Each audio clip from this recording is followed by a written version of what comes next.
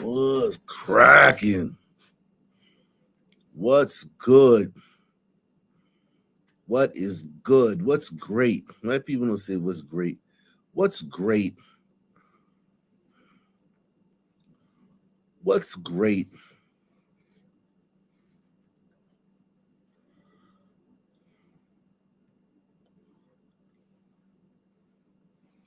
What's great?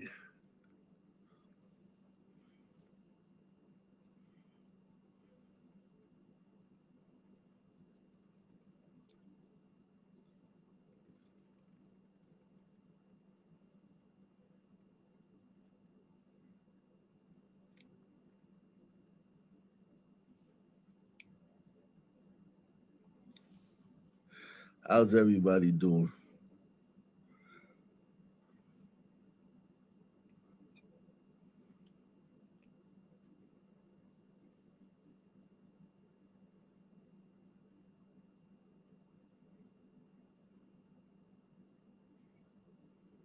How is everybody doing out there in the field?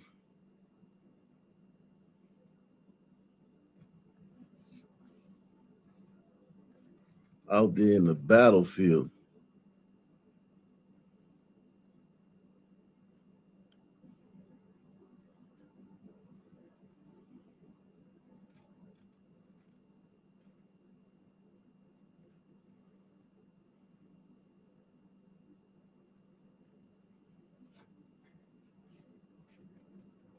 How's everybody doing out there in the battlefield?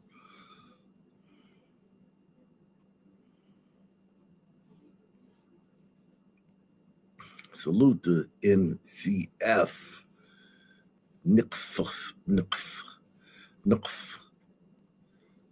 Salute to you, Nikf. Shout out to you, Nikf. Man.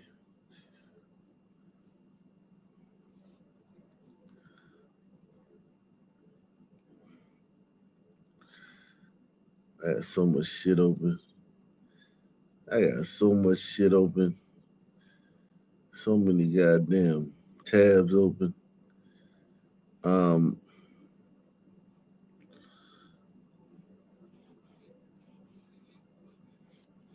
Salute to everybody out there, man. What a night, man. What a night. I got a great show for you guys tonight, man. I mean, a fantastic show for you guys tonight, man. Hope you guys enjoyed, man. We got Obama. Obama, man. Obama's in deep, deep doo doo, man. Obama is in deep doo doo, man. Oh, man. I forgot to add my main channel, man. My bad. I'm sorry.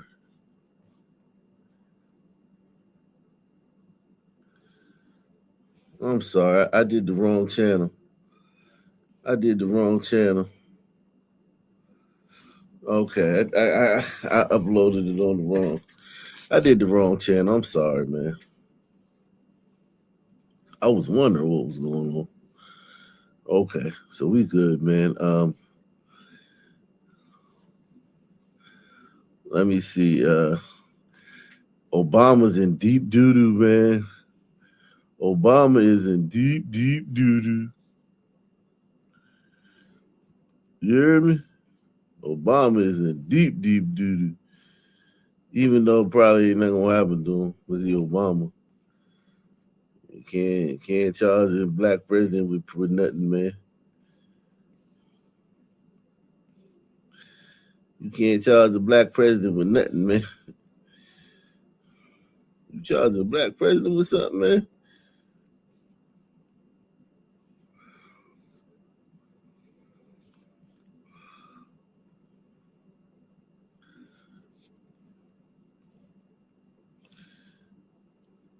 There we go. Uh, you charging the black president with something?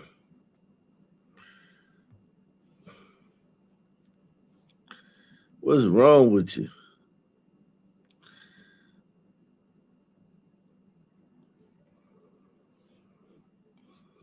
There we go. All right, there we go. Salute to everybody out there, man. Shout out.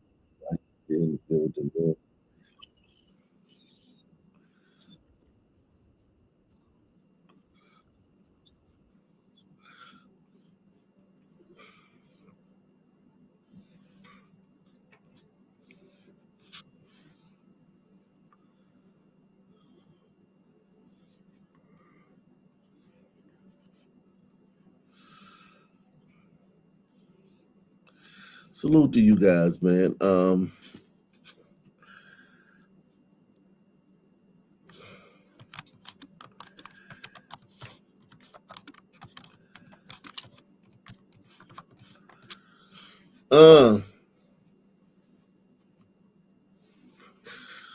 Salute, man.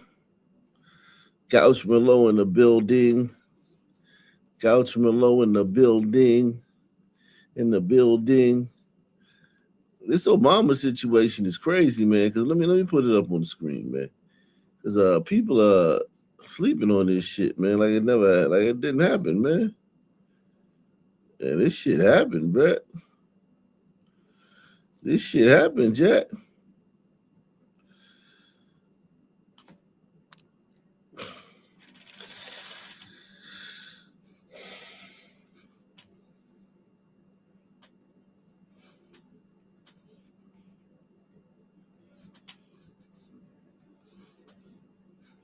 This shit happened, Jack.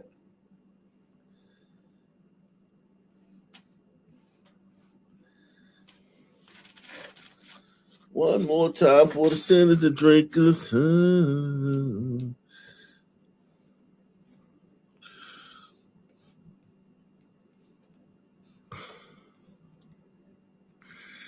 What's up, Mike Durden, man? Everybody, if you got a membership to the website, I finally fixed it the way you guys, your memberships will show up. You have your icon next to your name, but you have to log out and log back into the website. Okay, you have to log out and log back in. That's the only way you will get to see your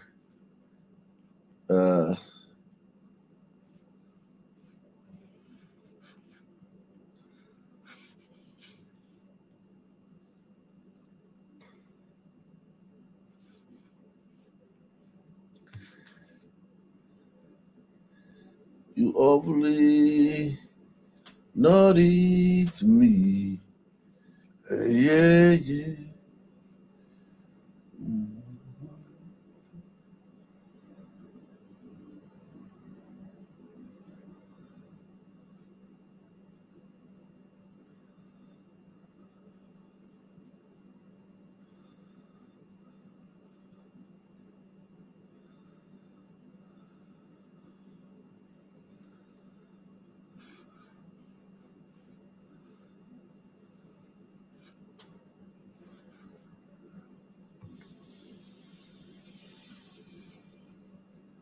We are in the building, man.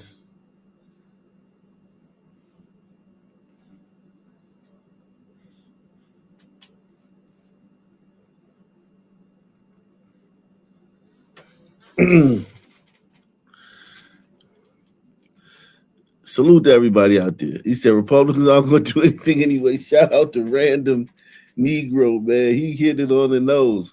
They ain't going to do shit anyway. They ain't going to do a motherfucking thing. They ain't going to do a motherfucking thing to Obama. You right. You absolutely right. You absolutely right. All we gonna get is these Comey and bullshit like that. Comey and dumb shit. We ain't gonna get no big names, man. We ain't gonna get no big fish. We don't get Hillary or Obama. Yeah, they right. Republicans a bunch of pussies, man. Bunch of pussies. We ain't gonna get Obama. You right. We ain't gonna get Obama. We ain't gonna get Obama head on the plate like we deserve to, man. Goddamn Obama. We ain't gonna get Obama, man. I want Obama head on the plate, man. Pro. No homo.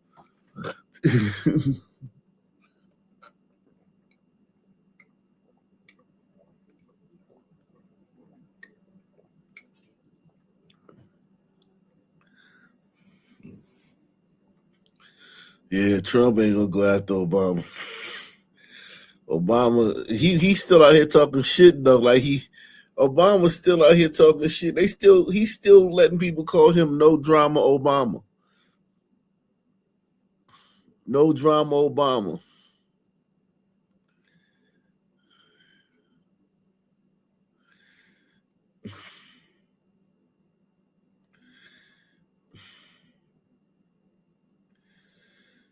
You say you saw slavery, Crockett claiming lynching is back. Yeah, burning white women is back in Chicago too. Setting white women on fire is back in Chicago. Jasmine Crockett. She's a clown. She's a caricature of herself. She's a clown. That woman is a straight up clown, yo. Yo, she is a whole clown.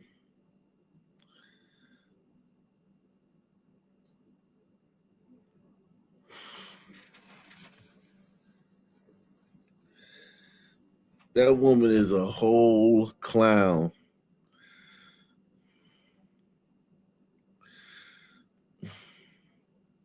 Damn. You said she don't have an ass? Oh man, how you know? How you know, random Negro? You ain't you gotta show me proof she ain't got no ass. I know shit. I know my baby Jazzy Crockett got a ass, man. You can't tell me she ain't got no ass, man. I ain't trying to believe I don't hear it, man. No, man. You telling me Jasmine Crockett ain't got no ass? Oh shit.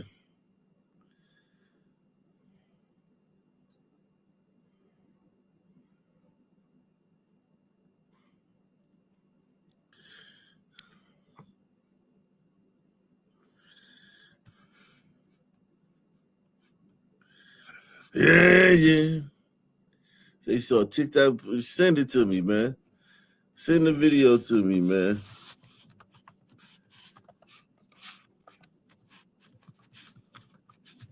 Send me the video, man. Shout out to my man Anthony Madsen, man. Big love from Australia, man. We might have to check out Australia. Been a few days, man. It's been a little while since we checked out Australia. This nigga Pro of all people though. Yo, that's the randomest rapper, man, ever to be doing some shit like this. Press one, man. He the randomest rapper, man. Praj from the Fugees. Yo, that's the most random rapper, yo.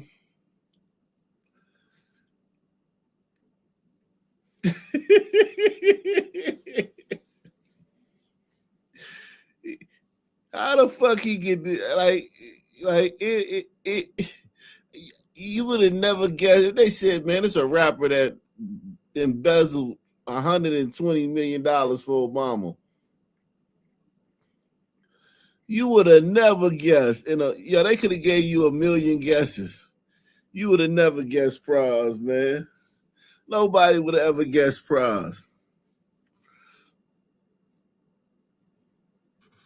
If Obama had a son, he would look like Praz. Shout out to my man Anthony Madsen, man, coming through, man. We try to get 15 contributors tonight, man. 15 tonight. 15 people to take the challenge, man. We try to get 15 people to take the challenge. Shout out to Gouch Malo, man, coming through. That's 2 down, man. We need like 15 people to take the challenge, man. Tonight, man. Gouch says rappers for Michelle's husband.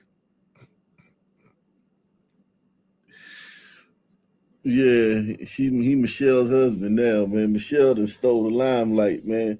She getting all the limelight now.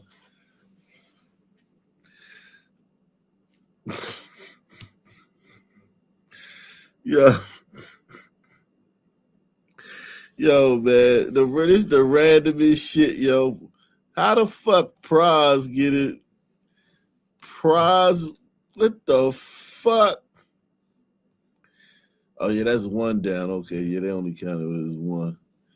Okay, yeah. What the fuck is Yo, I get you trying to be low key about it. So he probably like, man, if I get a big time rapper, that's gonna be too noticeable. Let me find some random ass rapper.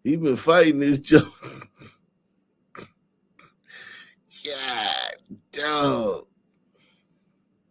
They gave that nigga Pras 2 tutties. Shit. That's crazy work, man. That's nasty. That nigga coming home when he's 67. Shit. That nigga coming home when he's 67. Oh, 6'7". Oh, 6'7".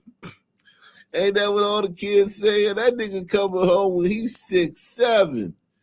Oh shit, Pras.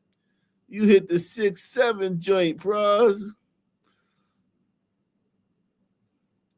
God, dog, Pras. How the fuck you get 14 years at 53? Man, this from 2 years ago, right here, this video. This is when he first started. One of the founders of the hip-hop group Fugees is facing... Oh, shit. Let me find out my gateway. I gotta fucking start my gateway over here.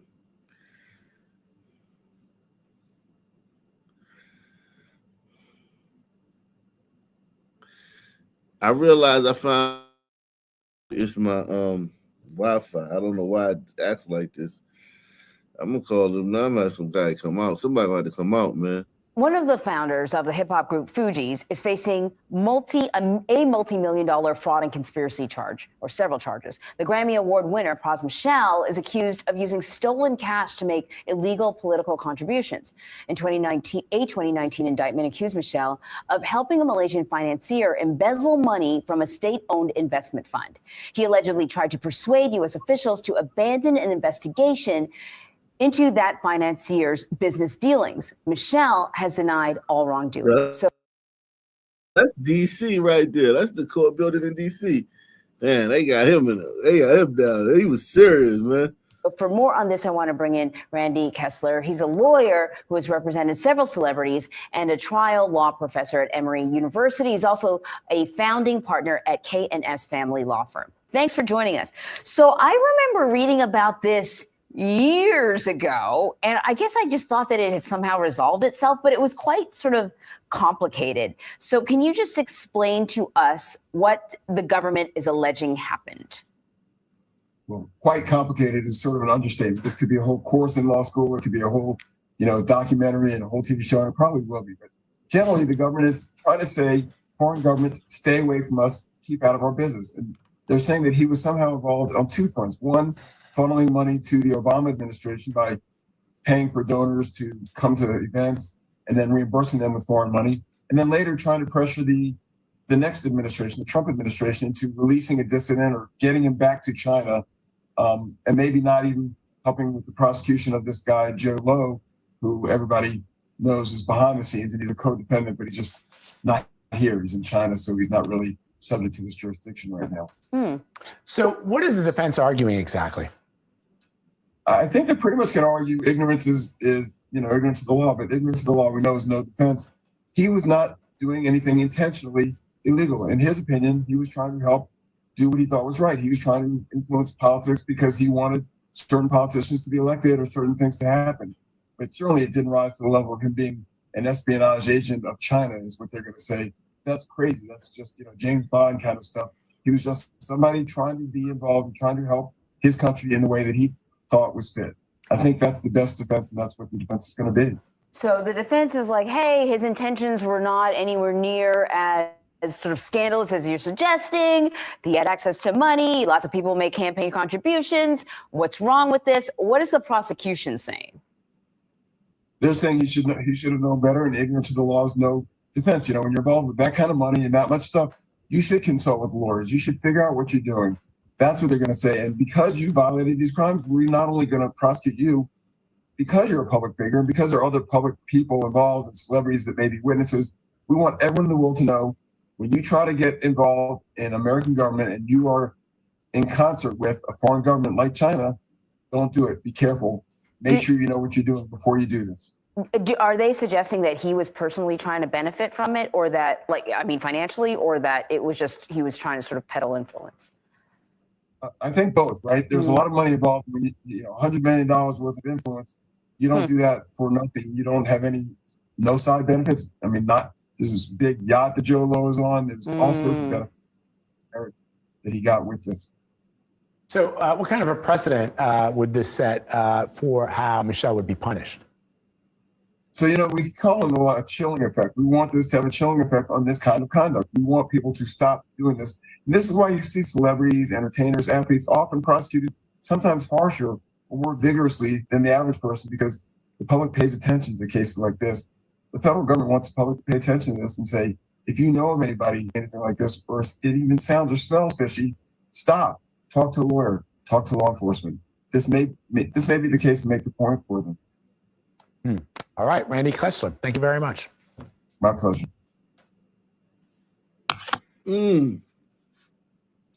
That was 2 years ago. That motherfucker, that was 2 years ago.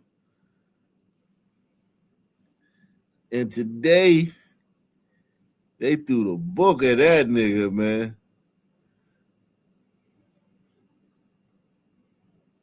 They tossed the book at him. This is him 11 years ago, giving advice and shit. What advice do you have for young people? Words travel.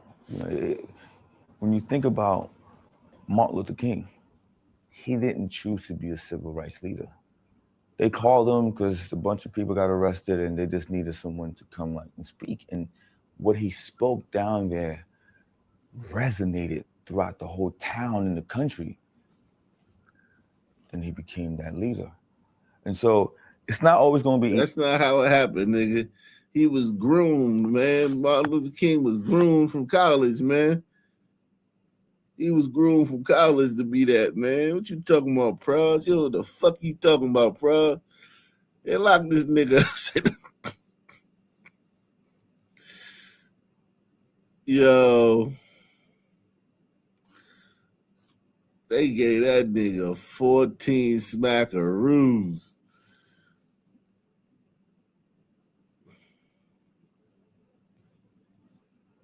Y'all wanna hop in the game and do the same, selling tickets to your favorite name. Join our trade. Ticket resellers investing in building every day. Join our We have the easiest way to make money online. As you see over here, there's no MLM, no pyramid scheme, no ads or marketing required, no selling tickets in the streets, and you don't need any labor costs to scale up. Hey, if you're interested in scaling your ticket business or your business into the millions, like I've done, selling tickets strictly online, 100% online. You'll never catch me out in the streets. Go to thetickettrap.com again. All right, man. Things gotten crazy just now after we heard this information about Fugees rapper Pras.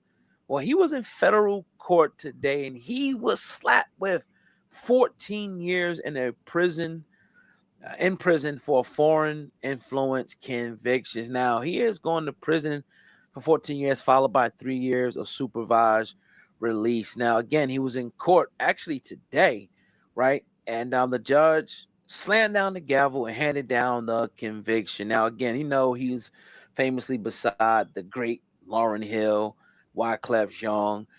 This popped up back in 2023. Federal accusations pretty much said that he orchestrated a foreign influence campaign to get the U.S. to drop an investigation into a fugitive Malaysian financier. Right now, after the hearing that went down in D.C. federal court, Judge Cotelli sentenced him to 14 years in prison, once again followed by 3 years of probation.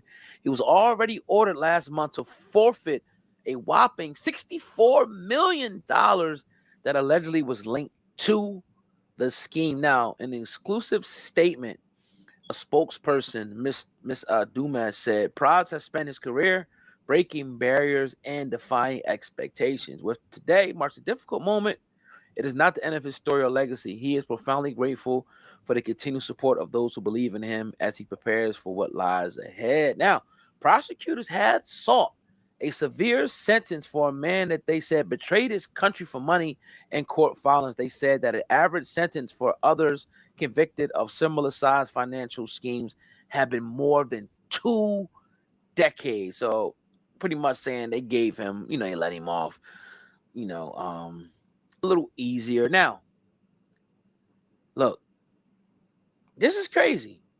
This is crazy because you kind of be thinking, and I guess it depends on the nature and who you take money from.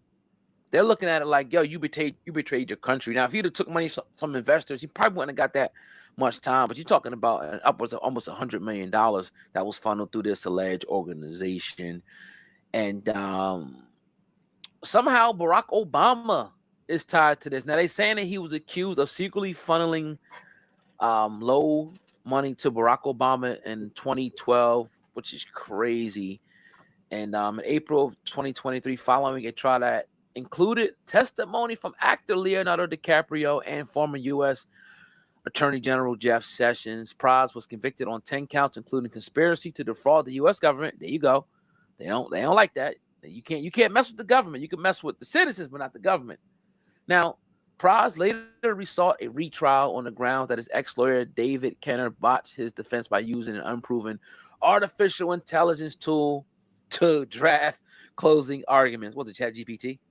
The motion was later denied, though Kenner eventually pleaded guilty to a criminal contempt charge over the allegations he leaked grand jury materials to reporters ahead of trial. As you know, it is expected that Pras, through his attorneys, will launch an appeal of both the sentence and the underlying convictions. Such as appeals can take months or years and typically face uphill climb to reverse a conviction. So Pras is headed, I don't know if he was taken into custody today. He is headed up top to the feds for 14 years, man. Unbelievable. Because he took money from the government. They slapped that. God, oh, man.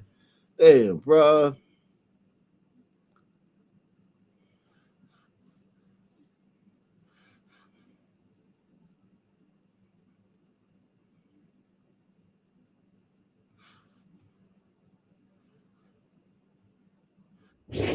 All right. Well, a Chicago man has been charged with federal terrorism. This after police say he set a woman on fire at a train station completely unprovoked.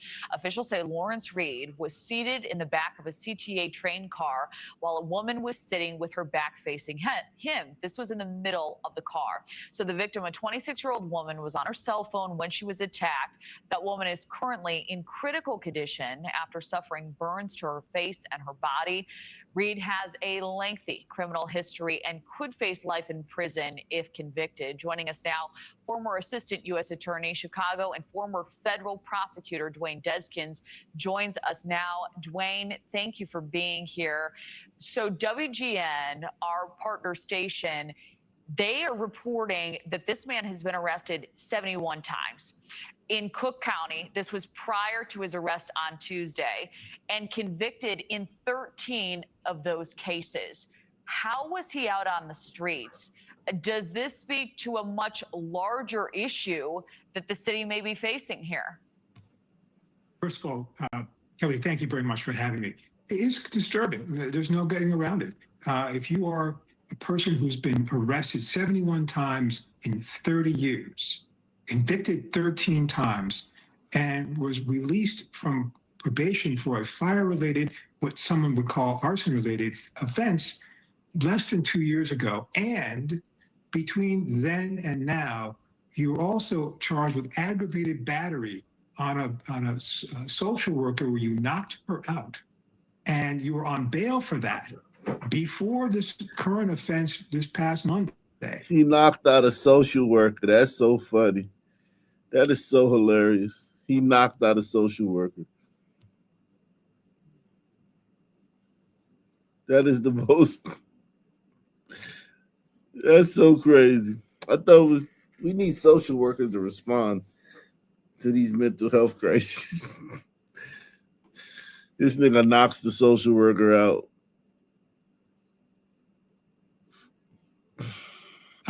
I think that there is concern about are people being detained who pose legitimate threats to the safety of the community.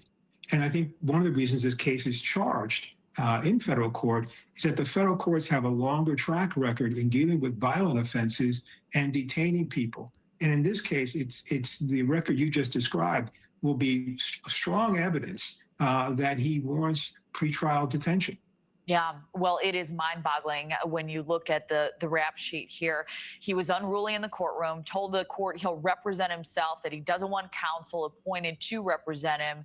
How risky of a move do you see that being, considering what's at stake in this case? So the best chances he has is going to be some kind of a competency issue. So the things you just described, the basically Boris' behavior to the magistrate judge, when she's speaking to him, saying la, la, la, the spitting on the officers, the saying that even though he was born in the United States, that I'm a Chinese national.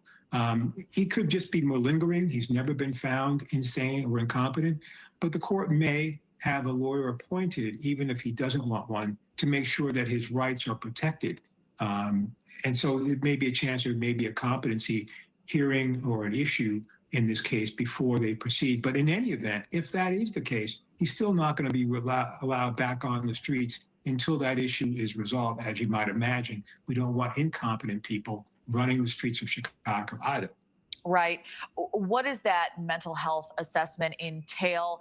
How much do you believe that will be a part of this case? And what are you anticipating in terms of conclusive results here? We have about 30 seconds left. Well, just quickly, the court has an option. They don't have to send him out for a competency exam. But if so, the Bureau of Prisons will conduct one. They can have people of their own choice choosing conduct one. But the chances are, given the amount of evidence they have in this case and the level of organization associated with it, I don't think that's going to be the case. He's been convicted 13 times, not found insane. It's a harder argument in those cases to find someone incompetent. So I think the chances are this case will proceed on track. Thank you for watching. Subscribe below and download our News Nation app right now on your phone, and you will get fact. Okay. All right.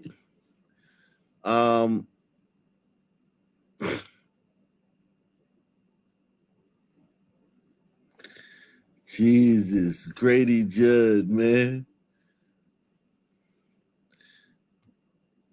One of your members last night was indicted in Florida for supposedly, allegedly using COVID relief funds from FEMA to bolster her campaign. If the ethics committee comes back and corroborates those claims that were made in the indictment, would you expect Congresswoman Shirley McCormick to resign?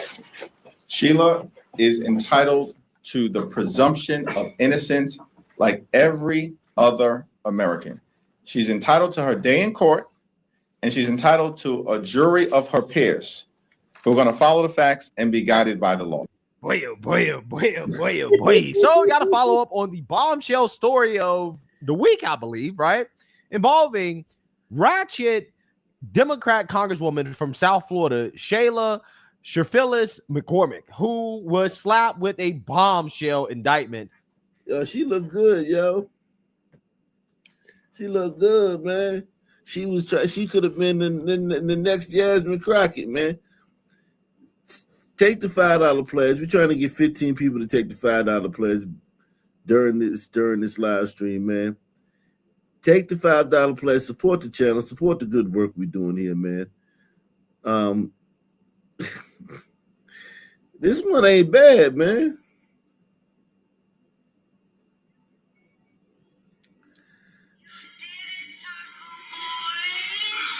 She not bad, man.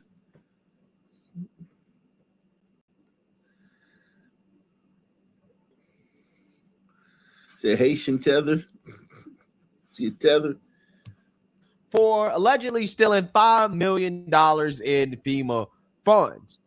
Now, we discussed this yesterday, okay? And to me, it seems that it's very obvious that this woman is guilty, right? I mean, she's been confronted on this before, and she has shown signs of guilt from the beginning of all of this. She was back in the district at this event.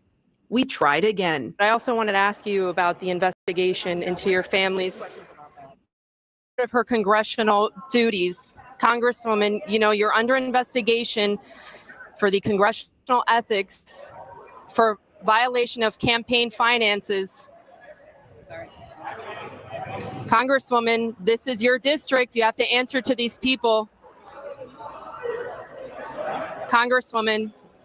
Attorneys for her family's healthcare company aren't answering the I-Team's questions either.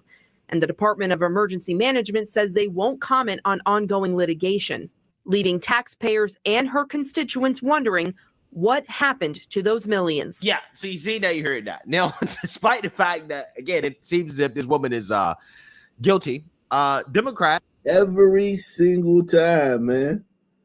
This shit is uncanny, man. It's uncanny how these sisters, I mean, it don't matter if they're on the school board, don't matter if they're congresswoman, a goddamn state senator, a fucking city councilwoman, a mayor. If they in politics, an investigation is coming, Jack.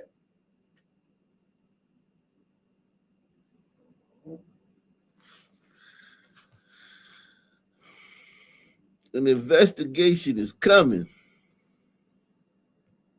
Are saying that she's entitled to something that Republicans are not entitled to when they get accused of crimes, which is the presumption of innocence, right? Hakeem Jeffries, aka Timo Obama, aka Discount Obama, claims that, hey, any conclusions, right? Just like we shouldn't jump to any conclusions about Democrats and their relationship with Epstein, right? But again, if a Republican got caught stealing $5 million in FEMA funds, do you think that Hakeem Jeffries would be coming out here talking about they're entitled to the presumption of innocence, right? We know for a fact that that's not the case because they believe that the president of the United States is guilty of something simply because Jeffrey Epstein hated the president, right?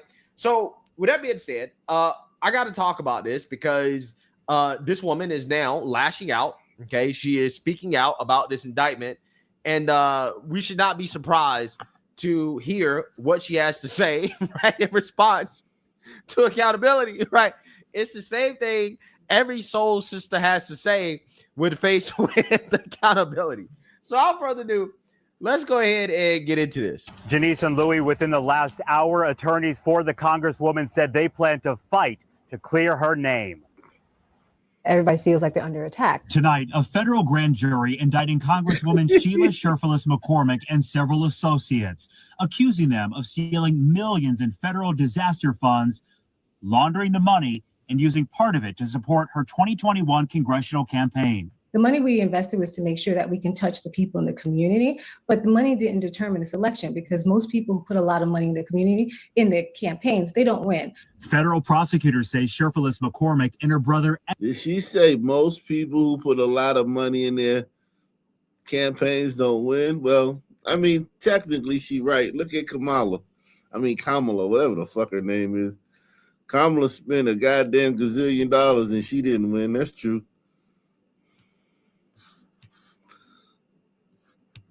Put a lot of money in the community, in their campaigns, they don't win. Federal prosecutors say Sherfilis McCormick and her brother Edwin Sherfilis ran a FEMA-funded COVID-19 vaccination staffing contract through their family healthcare company. Prosecutors say in July 2021, the company received a $5 million overpayment. Prosecutors say the group diverted that money and tried to hide it through multiple accounts. The indictment says a large portion of those funds was used for campaign contributions. So the government sent her too much money. The government sent her too much money, she kept it.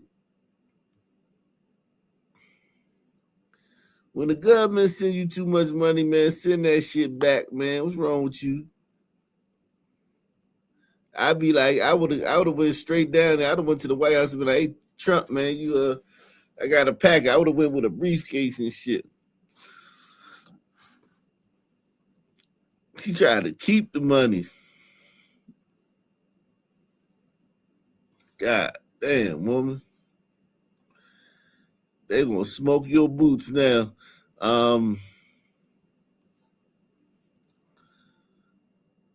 Jesus.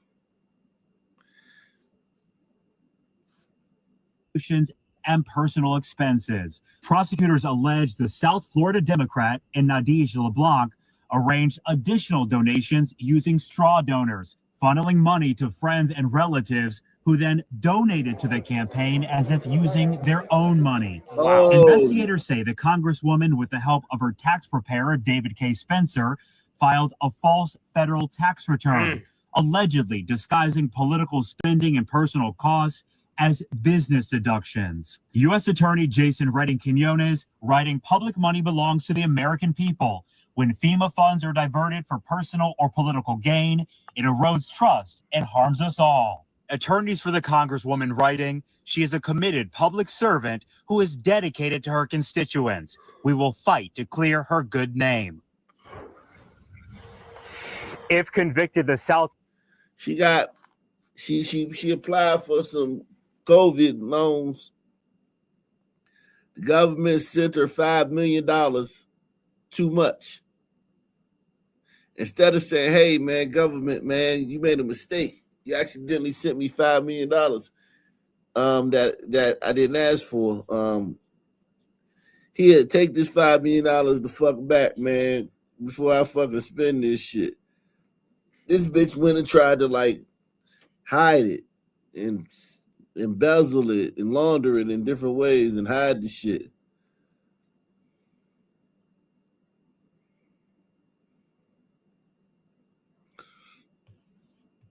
The Florida Congresswoman could face up to 53 years in prison. The co-defendants could also face decades behind bars. We're live in Miramar tonight. Aaron Maben, Local 10 News. Aaron, thank you. Our team coverage now turns to Washington. Our DC Bureau Chief Ben Kennedy is joining us live with the reaction. Ben. Today, the Department of Justice says this action makes clear that no one is above the law and plan to prove their case in court. In a statement, Attorney General Pam Bondi said tonight, using disaster relief funds for self-enrichment is a particularly selfish, cynical crime. No one is above the law, least of all powerful people who rob taxpayers for personal gain. We will follow the facts in this case and deliver justice. With FBI Director Kash Patel adding, this individual and her family allegedly stole money from FEMA and then laundered it through friends towards her own personal benefits, including her campaign accounts. Today, the FBI and partners of the DOJ took action. Right now, Shirley McCormick serves on the House Committee of Foreign Affairs. It is also assigned to Veteran Affairs. In July, as Louis talked about at the top of the show, the House Ethics Committee voted to reauthorize an investigative subcommittee to examine allegations involving the South Florida Democratic lawmaker. On social media tonight, Florida Congressman Greg Steube said, tomorrow morning I will be filing a privilege motion to censure Representative Shirley McCormick and remove her from all committees. Tonight, back live here in D.C., she does remain. That's exactly what should happen. And I'm just hoping that the GOP doesn't let her off like they did with Stacey Plackett, okay, the Epstein texter, right? The woman that was literally texting Jeffrey Epstein during a congressional hearing against President Trump. Yeah, they let her off. They better not let this woman off. This woman should be removed from her committee assignments ASAP. She allegedly stole over $5 million in FEMA funds. Gave it to her friend. Nah, man. They let that Plasky lady who was texting Jeffrey Epstein off. Yeah. This is disappointing, man. This is some disappointing shit, man. That shit's so disappointing, man.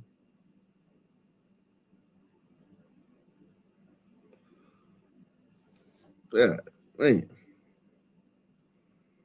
Gee, Christ, man. Shout out to Osa the Healer, man. She's cute and a damn shame. 5 M's is crazy. We sure let the courts decide. If I was about to say Wycliffe, if he laundered or embezzled $120, he got 14 years. This bitch got to get 6 months, man, or something, man. Get this bitch 6 months, man. Praz got Praz embezzled $120. Praz was out here Getting it.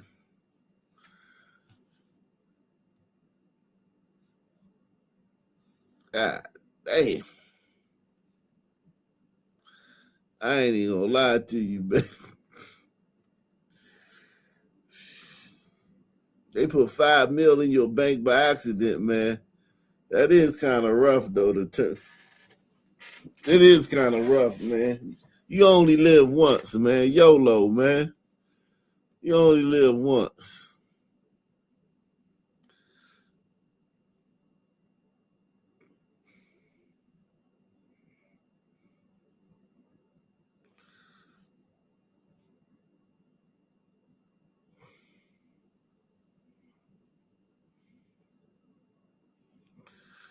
I hope they're not ignoring and letting it slide. I'm hoping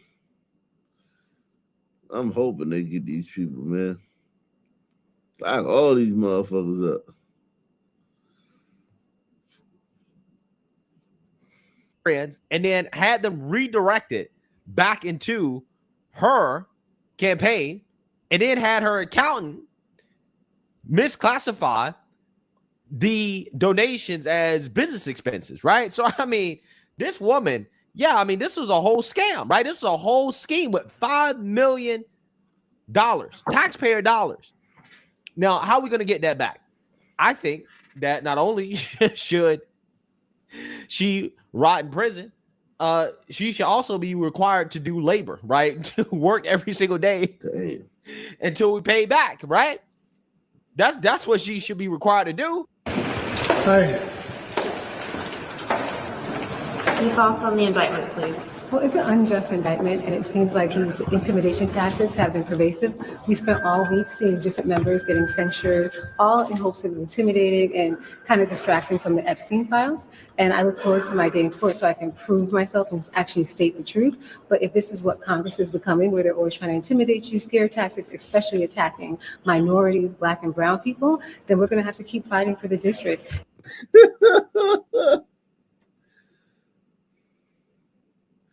I knew that was coming, though. I knew that was coming. Trump is attacking minorities, man. Black and brown people, man.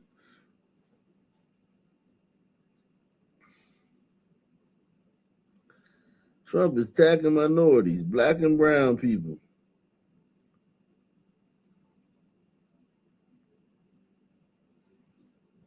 Jeez.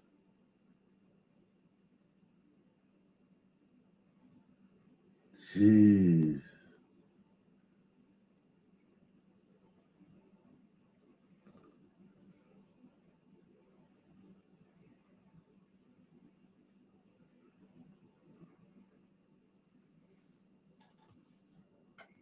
And everybody has been giving me so much support, and we're going to keep fighting until the district gets what it needs, which is fair prices, housing, and fair representation in Congress. Did So you thank you use so much. improperly use the FEMA calls for some of your colleagues to step down or resign? They didn't elect me, it was my district, and so we'll keep fighting for the people and keep working like we're doing now until they get what they need. So we're here for the people. So the only people who elected me should have make that decision. Thank you so much. Thank you. Yeah, fighting for the people, she said. She's fighting for the people. Dang, that bitch.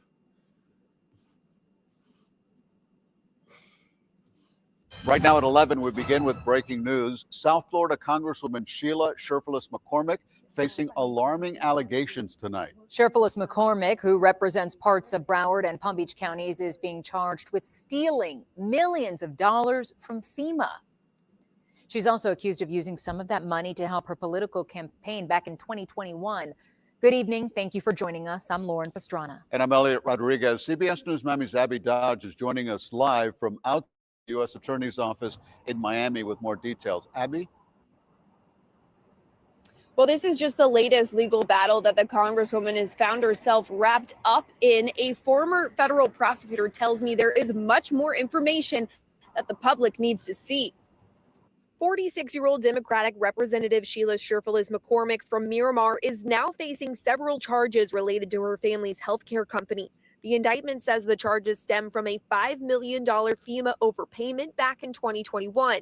It alleges the Congresswoman, family members, and business associates stole extra funds and ran them through multiple sources to disguise the source, then used some of that money to help finance her 2021 congressional campaign. Former federal prosecutor David Weinstein says more details about the representative's alleged role and how it may relate to other COVID relief cases will become clearer once the full indictment is released. Certainly, the more the facts come out, the better we'll be able to gauge whether or not there was any misconduct. Weinstein says cases involving the misuse of COVID-19 funding are similar to the Medicare and bank fraud crises of the past. What happens is that these dollars go out, and when they're being sent out, nobody's really paying attention to who applied for them, why they applied for them, and it's not until afterwards when they start doing accounting and they figure out that they've misappropriated these funds that they then try to turn it around. In Sheriff McCormick's case, there are also charges related to her tax filings. The indictment says the Congresswoman and her tax preparer falsely claimed political spending and other personal expenses as business deductions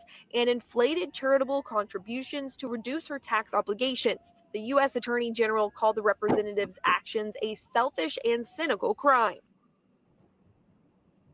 Now, the Congresswoman could face up to 53 years in prison if convicted, and she is now in Washington, D.C., hopefully making her way back to South Florida to face a judge sometime before Monday at the latest. We have reached out to her and her team and are waiting to hear back. Live in Miami, Abby Dodge, CBS News, Miami. Jeez. That bitch. Yikes. Damn. Always stealing, man. Hey, man, it is what it is, man.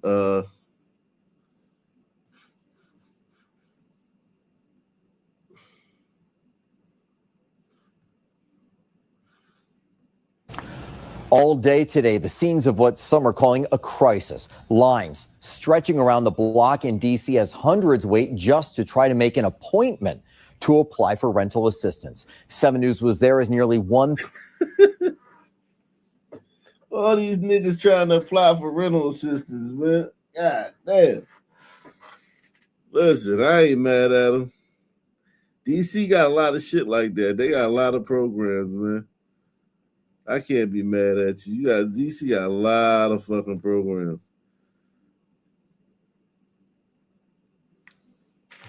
Be thankful though. These motherfuckers be crying about racism and shit. Be thankful, motherfucker.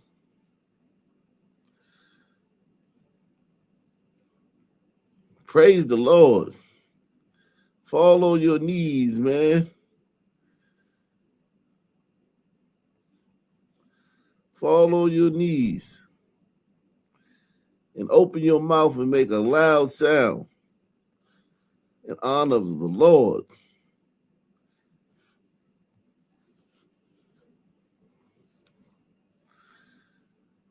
Huh? These motherfuckers,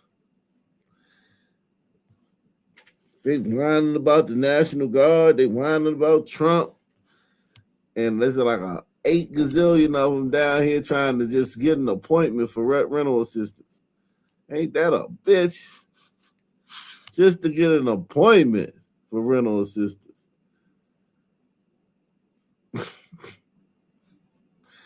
Jesus.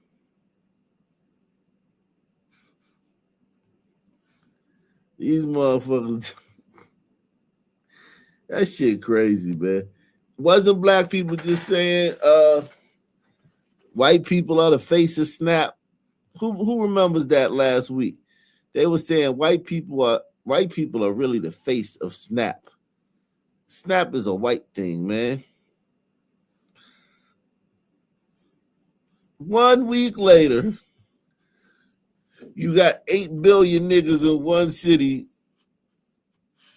They heard that there's some places giving out rental assistance. Every nigga in the city down there. Every nigga in the city down there. It ain't a nigga in DC that ain't down there.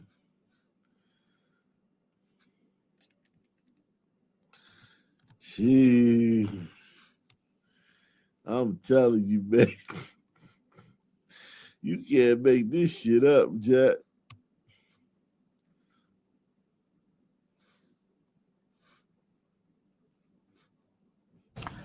All day today, the scenes of what some are calling a crisis. Lines stretching around the block in D.C. as hundreds wait just to try to make an appointment to apply for rental assistance. 7 News was there as nearly 1,000 people were out in the cold to try to save their homes. Most told 7 News they were laid off and they're facing eviction within weeks. Yeah, our Washington, D.C. reporter Felicia Ashley is joining us live now from Northeast D.C. Felicia, a community member called you this morning after they were already waiting for hours.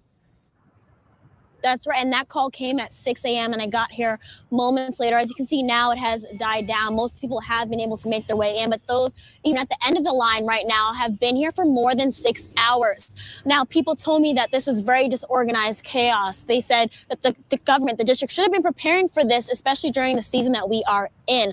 And I saw some of that as I was here. Yeah, it drops right away. The phone number the department gave people doesn't work. Some telling me that's why they had to come in person. I lost my job 8 months ago. I haven't been able to find a new job, and that means I didn't pay rent for all that time. And now my landlord is suing to evict me. And unless I can pay the protective order, I would probably be homeless at the beginning of March. Get the help, but just to get an appointment. They supposed to have the line working, and the line wasn't working by 9 a.m. Michael has been in line since 5 a.m. and was able to walk. Oh, shit, they shut me up. It was white people down there, too. They done lost their good government job, too, man. Them white people done lost their good government job, too, man. That's sad, man. Ain't that a bitch? Trump slashed all them jobs, man. That's what people in D.C. do, man. They work in the government. They take 2-hour lunch breaks.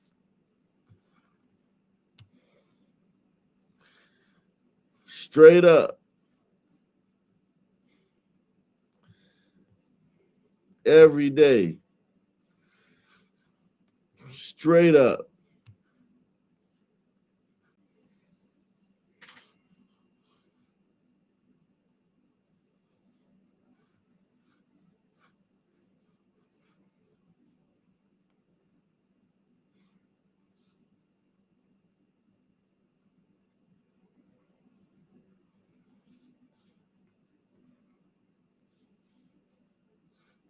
Walk out with a packet and appointment.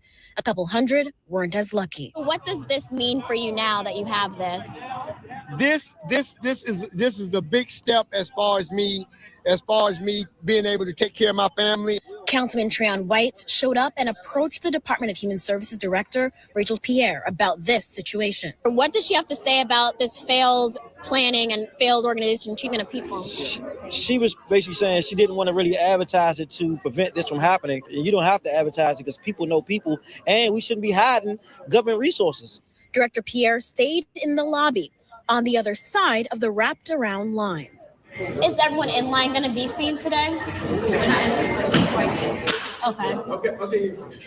Okay, so you're not going to speak today, though? The Department of Human Services provided this response 7 hours into the chaos, saying in part, quote, additional appointments may be scheduled based on budget availability to increase transparency, improve eligibility verification, and better manage limited program funding.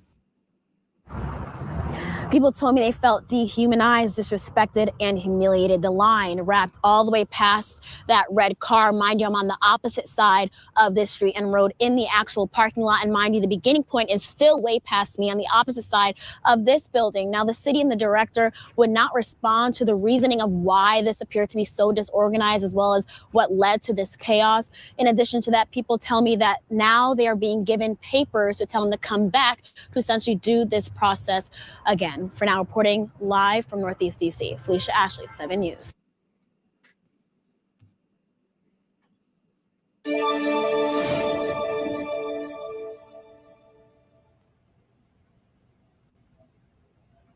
He was grabbed by the neck, viciously beaten, and left for dead as robbers ransacked his home. Tonight, who did this? Who did this, guys? Who did this, guys? Who did this?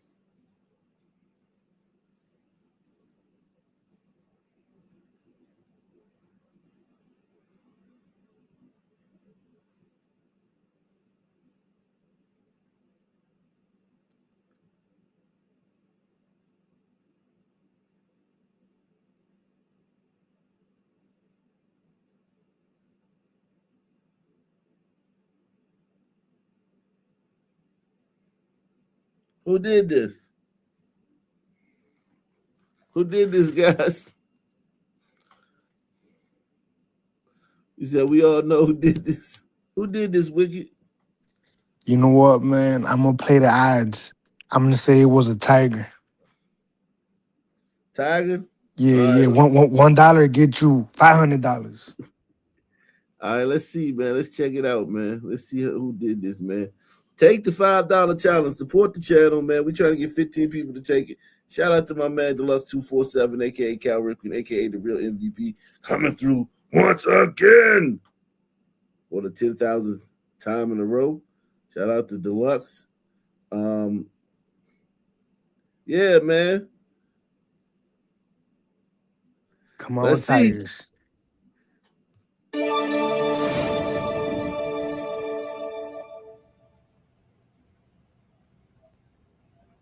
he was grabbed by the neck, viciously beaten, and left for dead as robbers ransacked his home. Tonight, beloved DC restaurant owner is sharing his nightmare story exclusively with us at 7 News. Good evening to you.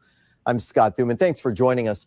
As police search for his masked attackers, the man still in pain from serious injuries spoke with our Brad Bell.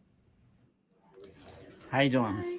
Jay Eckstein has run the Deli City restaurant on Bladensburg Road, just up from New York Avenue, for 45 years.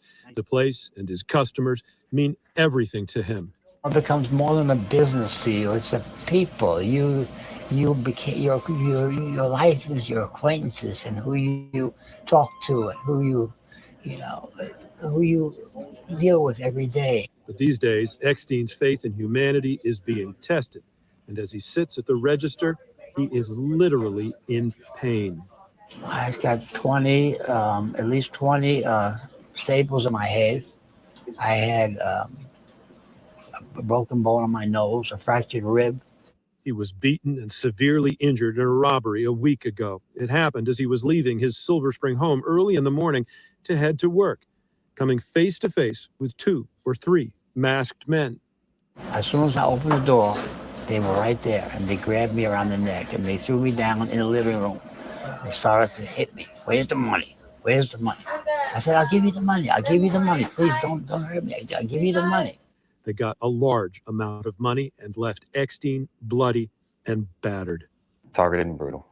That's how Montgomery County Police Detective Brian Dyer describes the crime he's now working hard to solve, hoping someone who sees this story will do the right thing and come forward with the info he needs. There is a reward of up to $10,000. He says the first step is to text MoCo to 73-TIPS. He didn't deserve this. I think this robbery could have gone down even without injury, and to go the next step and not just push him down or punch him. I mean, this is an elderly man. To beat him as severely as they did is atrocious. It's stupid. It's uncalled for. It's just evil people. They're just plain evil. And Eckstein says he won't feel safe again until he knows they're caught. In the district, Brad Bell, 7 News. We are okay, so we know who did that. Well, no. We know Let's be that. fair. Let's be fair. We don't know. Let's be fair.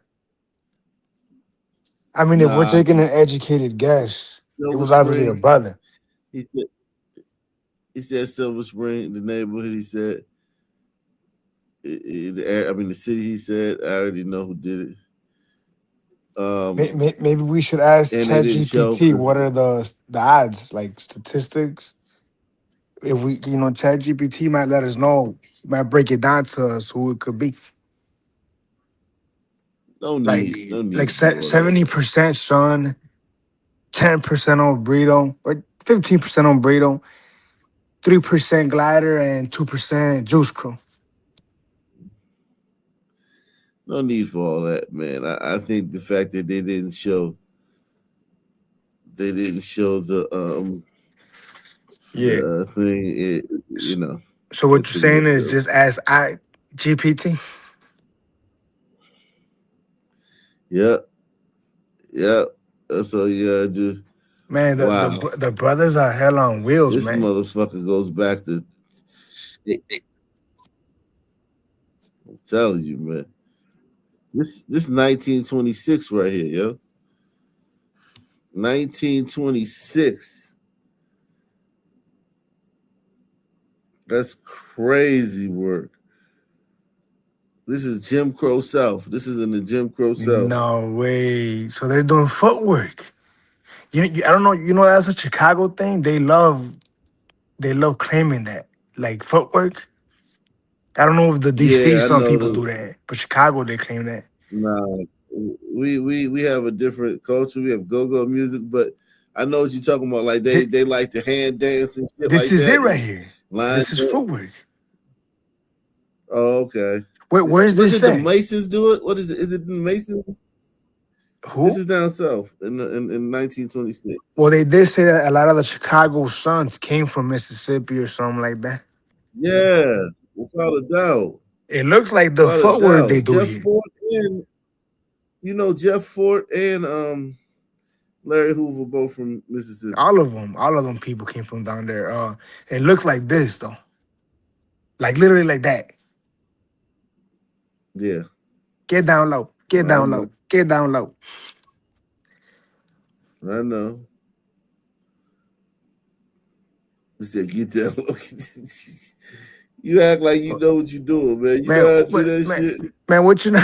No, not this here, but what you know about that house music? I grew up on that, man. At the school ditch parties, man, forget about it. Oh, they have house. You did house music? Oh hell yeah, we used to do house joke music, man. Chief, look, put it like this, Chief. I used to just get on the wall and let them do what they gotta do, you know.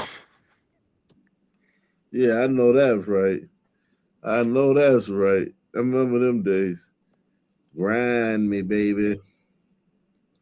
Hey, look, don't try me, man. If I feel like it, I might just go right now and do what I do, what I used to do. Right now, as I speak. If I'm lying, I'm dying, Chief. I'll throw on my dancing shoes. You feel? Hey, man.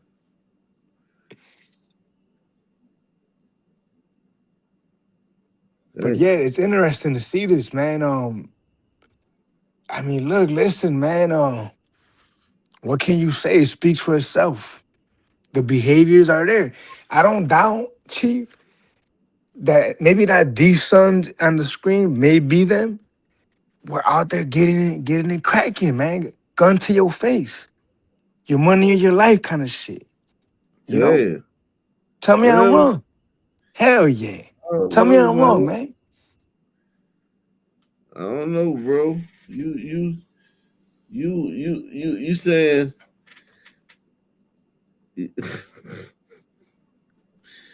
look.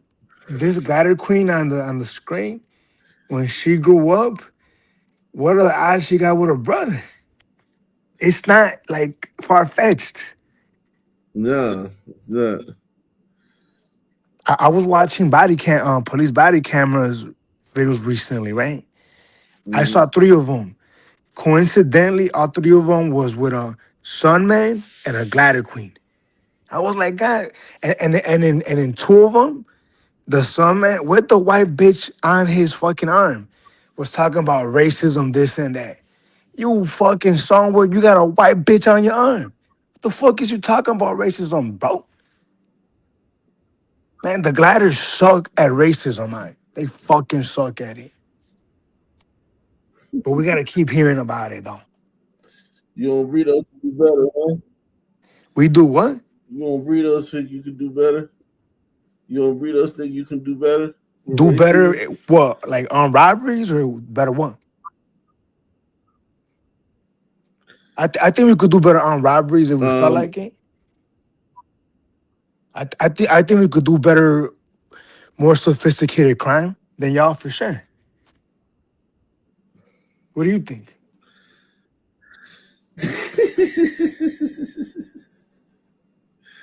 Wow. You know what, man? I don't know, man. I don't know, man. What we cannot do better than y'all is victimize the I do elderly. think Y'all I will got say it for this, y'all victimizing are the elderly.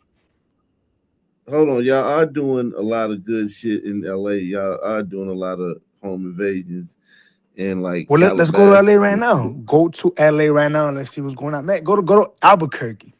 Let's see what's going on over there. You said Albuquerque. Let's go to Albuquerque. We always talk about in Albuquerque, the burritos seem to be the ones that are methed out, going crazy. Well, let's see. Let's see if it's the case today, because we haven't gone in forever. But don't look. Don't bullshit me. I get that you wanna play devil's advocate, but don't bullshit me, bro. Like the burritos ain't even close to being the ones. Well, you know, we could see 10 straight videos of burritos fucking up. We could see 100 straight videos of them, and we're still behind on the scoreboard.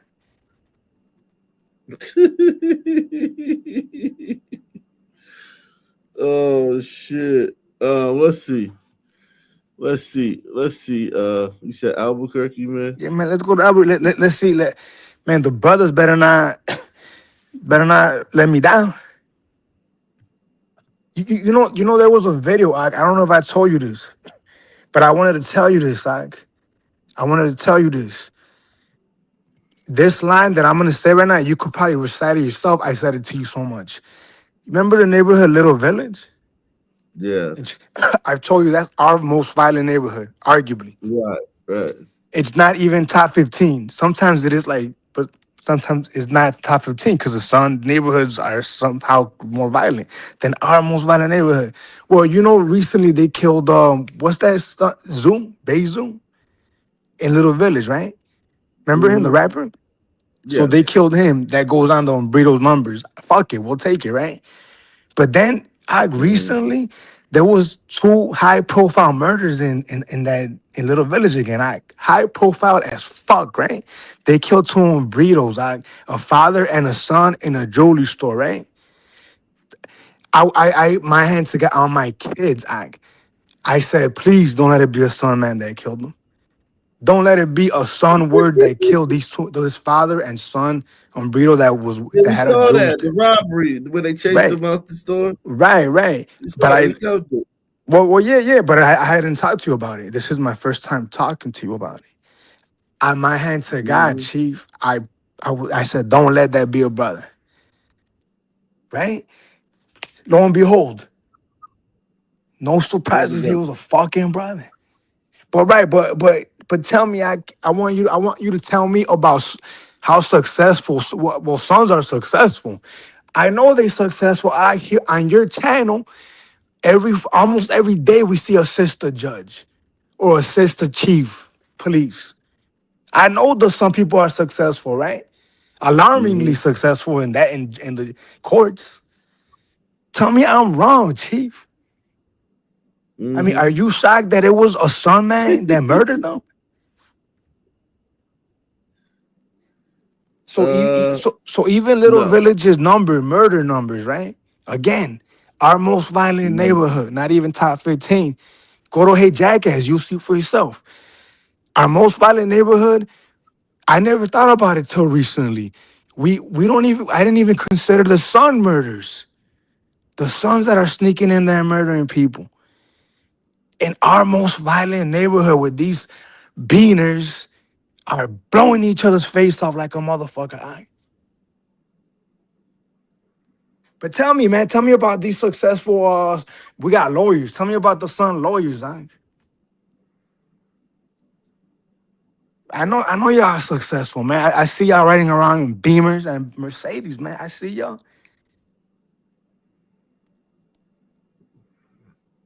Yeah, I know. I see them riding around in the stolen Audis. Mm-hmm. Let me see this, man. Let's see what happened in the Kirk.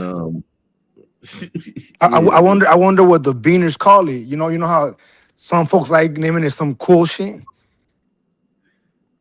Alba murder, Alba kill, Alba the Kirk, Alba killing, Alba killing, Alba kill. Alba murder. Let's see. Okay, Albuquerque on the board, man. Let's be slow at Albuquerque, man. Man, ain't no way it's slow over there. The way they seem to be on drugs. Everybody on drugs down there. Albuquerque police and ABQ Ride are on the lookout for whoever is shooting pellets at city buses. ABQ Ride says 6 times since October 27th, drivers found a damaged window on the bus after completing their shifts. They say no one was hurt or even noticed anything over the noise of the bus. But the 6 instances caused $40,000 in damage. We never want to compromise safety of our passengers, and we are grateful that this is pellets and nothing worse, but it is still extremely concerning and we're taking it very seriously. The vandalism appears to have happened along Central between Yucca and 59th, and investigators believe one person is responsible. If you know anything about this crime, call Crime Stoppers. That number 843-STOP. Man, that shit was weak. Over here, we're putting bullets through buses. We burning people on the fucking trains. Pellets, man, they soft over there. We are seeing the moments the man accused of shooting and killing a 14-year-old boy in a UNM dorm room was captured. News 13's Marilyn Upchurch is live in the Newsplex this afternoon with the police body cam video.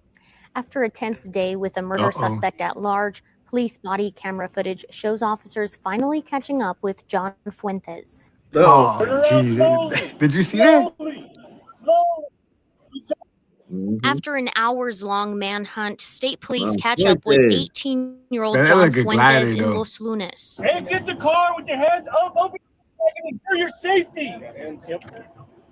Turn away from me. Step to your left. Early that morning of July 25th, police responded to a dorm at the University of New Mexico to reports of shots fired. 19-year-old Daniel Archuleta was shot and injured, and 14-year-old Michael Lamont was found dead. Damn. Lamont's older half-brother Zion Miera was also in the room at the time of the shooting. Court documents say the group was passing around guns and doing drugs before prosecutors believe Fuentes shot Lamont. The state says after the shooting happened, Archuleta and Miera escaped through a window, but later went back to the room to remove evidence. According to the criminal complaint, Fuentes fled the scene. Hours later, state police tracked and arrested him in Valencia County. Keep your hands on top of your head. Cross your feet. Cross your feet. Fuentes, who admitted to being high on Look at cocaine this and guy. LSD, told police that he was peer pressured. That's not a glider eye? And that the gun he was holding was. Look at him. Didn't know how or if he shot anyone. That's what I Fuentes think. is I don't charged know. with murder and is being held behind bars until trial. Yeah, I mean, he got a lot of glider. I mean, he's an umbrito, but Convicted look at Fuentes him right faces more there. than 30 years behind bars. Back to I you. mean, All right, Marilyn, thank you. I'd Both take him as an Archuleta and umbrito Miera are culturally, facing but tampering that's with a lot of evidence, glider right there. contributing to the delinquency of a minor and drug charges.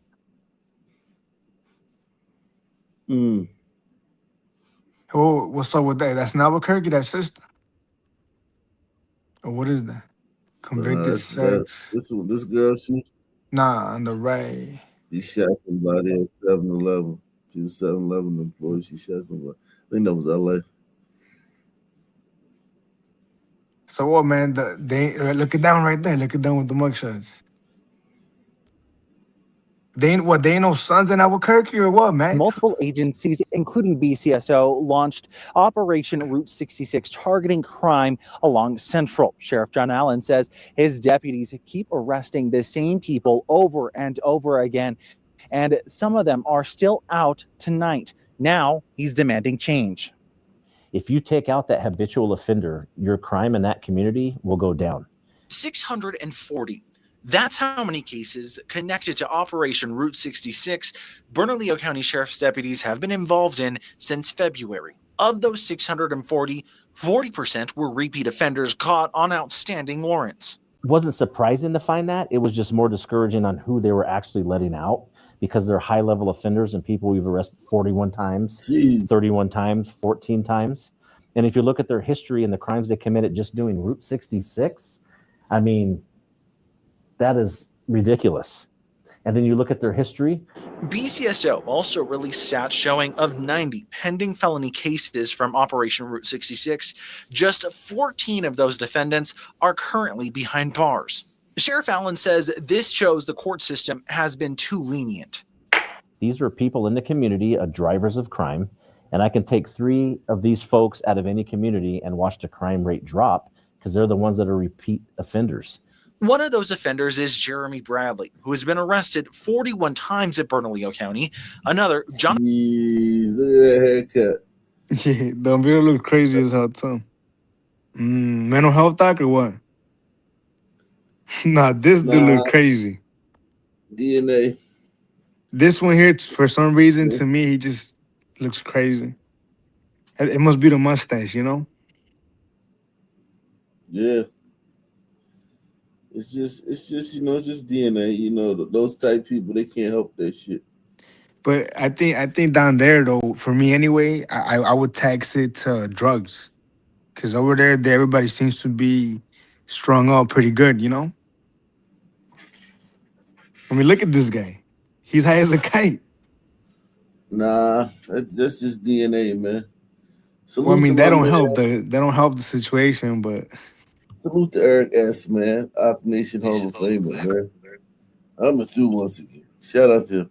That's just a normal burrito, man. He looked arrested 29 high to times, me. and Benjamin Boriff arrested 21 times. All of them were arrested The again and diversity is our again during strength right here. Operation Route 66 and released. Bradley at least 4 times, Orozco and Boriff at least twice this year. What is Boris, Each did Russian? not appear for court hearings, and warrants were issued for their rearrests. All 3 are currently out free. We can't be afraid of saying we need to put people in jail. I understand the critics will come out with mass incarceration. I'm not talking about low-level crimes. I am talking about serious violent offenders that continue to victimize our community. Recently, the Sheriff's Office announced a new operation called Triple Beam with federal partners, including the U.S. Marshals Service. This allows serious violent offense or gun crime cases to be prosecuted federally, which has harsher punishments. But Sheriff Allen acknowledges that's not a long-term solution because federal prosecutors are overwhelmed as well. We've already sent the message to many criminals all over the United States. Don't worry about crime here. You're going to do some time, but don't worry about it. You'll be okay. I don't think that's the right message to send. Sheriff Allen is calling on lawmakers to enhance penalties for repeat violent offenders and for courts to publish reports on how often defendants are released prior to trial. Back to you. All right, good information, Gabe. Thank you. The sheriff also says he wants stronger penalties for juveniles. Uh-oh. Look at that on Breeder. Like somebody. Look at the man. This is Albuquerque's cracking. That's Phoenix. They're like down the street, right? Oh, yeah, right? I don't know. Now, Albuquerque is not too far from Phoenix, man. But it's like, I mean, it's far, but I mean, like, you know how West Coast is. It's like, yeah, it's like so widespread. Yeah. Everything fine. You been out there? You been to Albuquerque? No, I was in San Diego. I've been to San Diego. That's like, you ain't been to the desert? No. Let me see. Okay, here we go. Oh no, that's a hit and run. Okay, let's see who A did drunk, this yeah, hit and run. a drunk. Suspect in a deadly crash that killed a beloved UNMH nurse last month has officially now been charged with homicide. Previously, Brian Boyce was only charged with leaving the scene of an accident for the crash that killed Alec Montoya. Now he's been indicted on 2 additional counts, homicide by vehicle and open crime. container. Sound like When a he hate appeared crime in to court me. for the first charge, a judge decided not to hold him in custody. A warrant was issued yesterday for his arrest on the charges. Earlier this afternoon, he was taken into custody. You heard that? You heard that? Gladys on the board soon. Gladys do it soon. Fuck out of here. Well, it is the end of a legal saga for New Mexico's Corrections Department more than a decade after mistakenly releasing a man from prison who eventually murdered an Albuquerque woman. The state is now paying to end a lawsuit over that release, years after claiming it shouldn't be held responsible. News 13's Chris McKee explains. There's really been no sense of justice at all in this case. The family attorney of murder victim Kathy Paquin says the lawsuit tied to her death might be the only win more than a decade after she was killed by her neighbor. Chris Blattner. Chris Blattner was charged. Chris Blattner on the board as well. Damn, what happened to his ass? He killed her, man. It's her blood, probably. It looks like he got his ass beat. Listen, this is I like kind of like coming to Albuquerque, man. Get a Sun Man a break, man. We saw Sun Man a second ago, so I mean they in the mix too. Well, but goddamn, I mean, yeah, but still, like, I mean, yeah, no doubt. I feel you. I'm with you. It look like you might not believe me, but I told you in Little Village, I was hoping it wasn't a Sun Man. You know, I was, but I be rooting for them, man. You be rooting for us, man? I be rooting for Sun Man to get it together, even though I know, it's not gonna happen, but I be rooting. Thank you, man. But I know you don't believe me though. You think I got a problem with violent crime or something. I don't have a problem with violent crime. It builds character. Being violently victimized, having a gun in your face, that shit builds character. It makes you see life differently, Right. Makes you appreciate it. Appreciation. Yeah, exactly. I mean, I bet y'all didn't think about that, Ignatius. How the Sun Man be making us look at life a little bit more, closely. Yeah, exactly, man. That's all.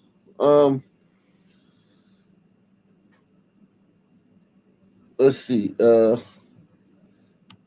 By her neighbor. Chris Blattner. Chris Blattner was charged with Kathy Paquin's murder after Paquin disappeared from her home August 15th, 2012. When the murder happened, Blattner was supposed to be in state prison, but New Mexico's Department of Corrections released him from prison 3 years early because of a paperwork error. In 2014, Blattner pleaded no contest to the murder. Her remains have not been found, and this requires Mr. Blattner to provide details on how she died and where she is now. That plea was later rescinded after Blattner claimed he was high on drugs when he made it. The state formally dropped the murder case in March 2024 due to a lack of evidence. The daughter, I've been working with the daughter of Ms. Paquin. Her mother was brutally killed by a prisoner who had a history of felonies, who had previously murdered someone, and who should have been behind bars for the next 3 years. In 2014, Paquin's family filed suit against the state, saying Paquin was killed because Blattner was released from prison early. A judge initially ruled the Corrections Department would not be responsible for what happened off of the prison premises, and that state law gives the government immunity against the claim. The courts were applying a special defense that prevented people from suing the state for the negligent release of prisoners, and the Supreme Court has now said that there is no such defense for that. A jury gets to decide. That Supreme Court ruling in the Paquin family's favor allowed their lawsuit against the state to continue, claiming Blattner's early release was a negligent act by New Mexico prison staff. Now, more than 11 years later, the state of New Mexico has finally agreed to settle the case for $285,000. That's it? Chris McKee, KRQE News 13. That's it.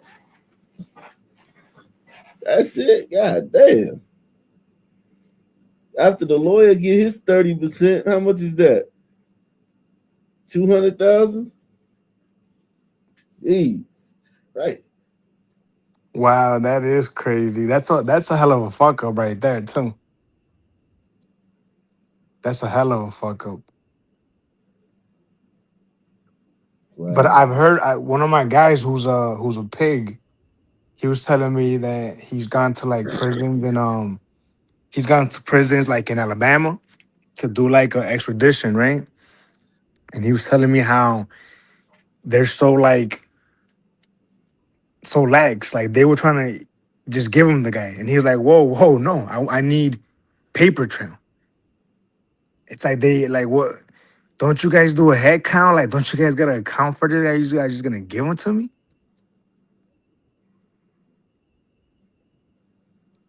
Breaking up, man.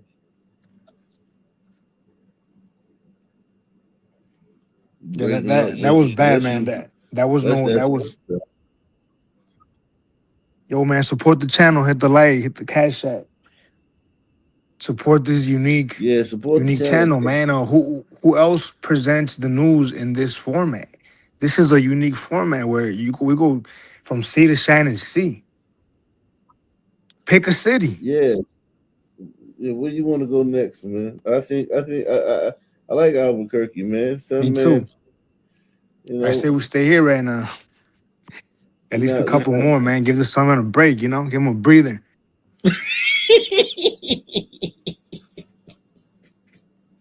Suspect in a deadly crash that killed. Oh man! Oh shit! Support the channel.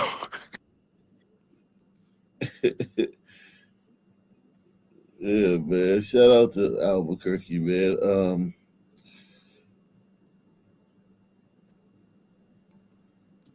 And I mean, look, here in this channel, there's not necessarily a bias, just the bias of reality, right? We're seeing behaviors occur and reacting to them, right? yeah, it's not. Listen, man. It is what it is, man. It is what it is. I mean, this is not like, abortion, right? Where you could pick a side and fucking hold the line, right?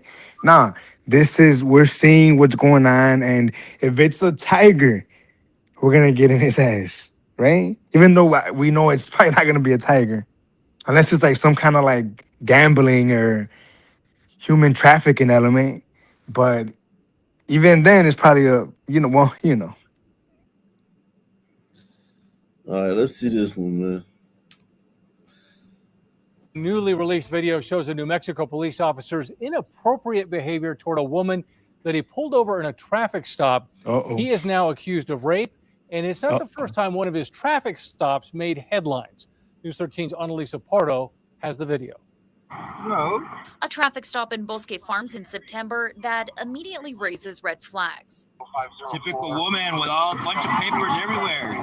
41-year-old Bosque Farms police lieutenant Ricky Dominguez pulled over a 21-year-old woman for speeding, and he appears to start flirting. You're all dressed up. I thought you were going to say a date or something. He tells her he'll give her a break. He a citation for remind me of that cop in Chicago. Remember that white cop? Which one? Which one? You remember that white cop who arrested that black girl in the green jumpsuit? Oh, yeah. She had like the green sweatsuit on. No, but this guy, that's there. Nah, he wasn't flirting, Chief. He was trying to get that was not flirting. This guy here is flirting though. But I know what you mean. Go ahead, look. Nah, he was not flirting, man. He was trying to get her to talk. You could tell he was trying to compel her to speak because he had just finished Mirandizing her. He read her rights, right? So now anything she says after that is admissible in court. He was trying to let her explain what happened in her words, right? Give her a chance to explain. This guy here, come on, he flirting, but he don't got that soul. You know what I mean? He don't got that like I'll love you, and then I'll kill you. Swag. You know what I mean? Damn. But he still might kill her though. 21-year-old woman for speeding, and he appears to start flirting. You're all dressed up. I thought you were gonna say a date or something. He tells her he'll give her a break, giving her a citation for a lesser speed. Then he asks more personal questions in Spanish, noticing a car seat in the back and asking if she and the father are still together. Dominguez gives the woman his business card, telling her how to reach him directly. According to a criminal complaint, Dominguez and the woman started talking and he voided her speeding ticket the next day. Police say they met up one day in October, and what started out as consensual intercourse turned into rape. Police say Dominguez had videotaped the encounter without. What started out as consensual intercourse turned into rape? What the fuck? Yikes. You know what she was thinking? She was thinking, man, he whack. I need my money. Damn. I'm trying to figure out how consensual can turn into rape. I mean, she said, "Get off me, man." That's right. Like maybe that's what it is. She was done, but he wasn't. They met up one day in October, and what started out as consensual intercourse turned into rape. Police say Dominguez had videotaped the encounter without the woman's knowledge. It reportedly shows her crying and telling him to stop. Police say Dominguez continues to assault her, and then he says to her, quote, "It doesn't hurt that bad." Dominguez is now charged. Damn, hombre was packing, man. Yo, the crazy part about that story, Yak, is that, it's on camera. So, case closed, right? You would think, anyway. Yeah. Hombre was up in them guts, man. He was rearranging guts. He must got some sun in him, man. He probably like Yo, he a real Omeg, right? He had the descendant of Omeg. He got like 8% sun or something going on in there, bro. God damn. That motherfucker on Vito, man. Doesn't hurt that bad. Dominguez is now charged with rape. And this isn't the first time we've covered Dominguez. He's not wearing a mask. Okay, I need you to, hang on one second. sir, you're in my time right now. In 2021, a couple who Dominguez pulled over called 911 on him to complain about his behavior and for him not wearing a protective face mask during the COVID-19 pandemic. Come on, dude. It's COVID around here. Oh my gosh, you must be a Democrat. Bosque Farms Police Chief Andrew Owen tells us Damn. Yeah, I like him though, man. Everything except for the rape part, but cool. He out here doing him, huh? He out there feeling himself. Yeah, man. The world's his oyster. He a cool rapist, man. Nobody's perfect. Yeah, nobody's perfect, man. You know that. Who am I to judge, man? Dominguez did face disciplinary action for that 2021 incident and attended trainings on de-escalation and professional communication. Dominguez is now on paid leave for this latest incident. Annalisa Pardo, KRQE News 13. Dominguez is charged with criminal sexual penetration. He was released pending trial. Under the conditions of his release, he is not allowed to have any contact with the victim. Yo, hold on. What that brother do? You ain't off the hook on this one. Is that Albuquerque? Now to a story you'll see only here on 4. Tonight, a local father charged, accused of endangering his 6-month-old baby girl. Those moments were caught on camera. And tonight, only our Jordan Burrell is hearing from the baby's mother. We do want to warn you, the details in this story are graphic. Jordan. Elijah Jackson says the father of her 2 children watches them every week while she works overnight. And she found nothing out of the ordinary that day until she checked her nanny cam and saw a mother's worst nightmare. I was at work. I just got a patient report, and I just have been having this feeling for about a week that something was just not right. Elijah Jackson says she checked her nanny cam Friday to check on her daughters, whose father was watching the infant and their 2-year-old at the time. And I heard her crying, but as we know, babies cry, and I could not see. God damn, bro. Yo, he took one for the team, Jack. Yo, salute to him, man. Whatever he did, man, listen, it involves a kid, but if he do something like a traffic he like, or something, you know what I mean? Something not involving the kid, man. We just let it slide, man. All that's forgiven. Yeah, this dude took one for the team, man. I appreciate it, man. Better you than me, man. Maybe she know how to cook. Maybe she know how to cook good or something. Yo, she know how to do everything. Yo, she know how to change a fucking carburetor, man. She better know how to fucking carpentry and plumbing and shit too. How to fix the HVAC. Right. If somebody breaking the house, she got to go down there and fucking see what's going on. You be like, you be in bed with her, you hear something downstairs, you be like, Go handle that. Yeah, but you be under the covers and shit while she go down there and handle it. Damn. Shit. That bitch. Jeez. The one before her was cool though. I don't think you seen her. You were looking down, but before her, she was cool. Nah, ain't no one before her. I love her. Elijah. Keep going said, there, "This right one there. right here?" Yeah, yes, sir. Yeah, she cool. She all right. Yeah, she cool in for St. sure. Louis. Who's she? St. Louis. She good.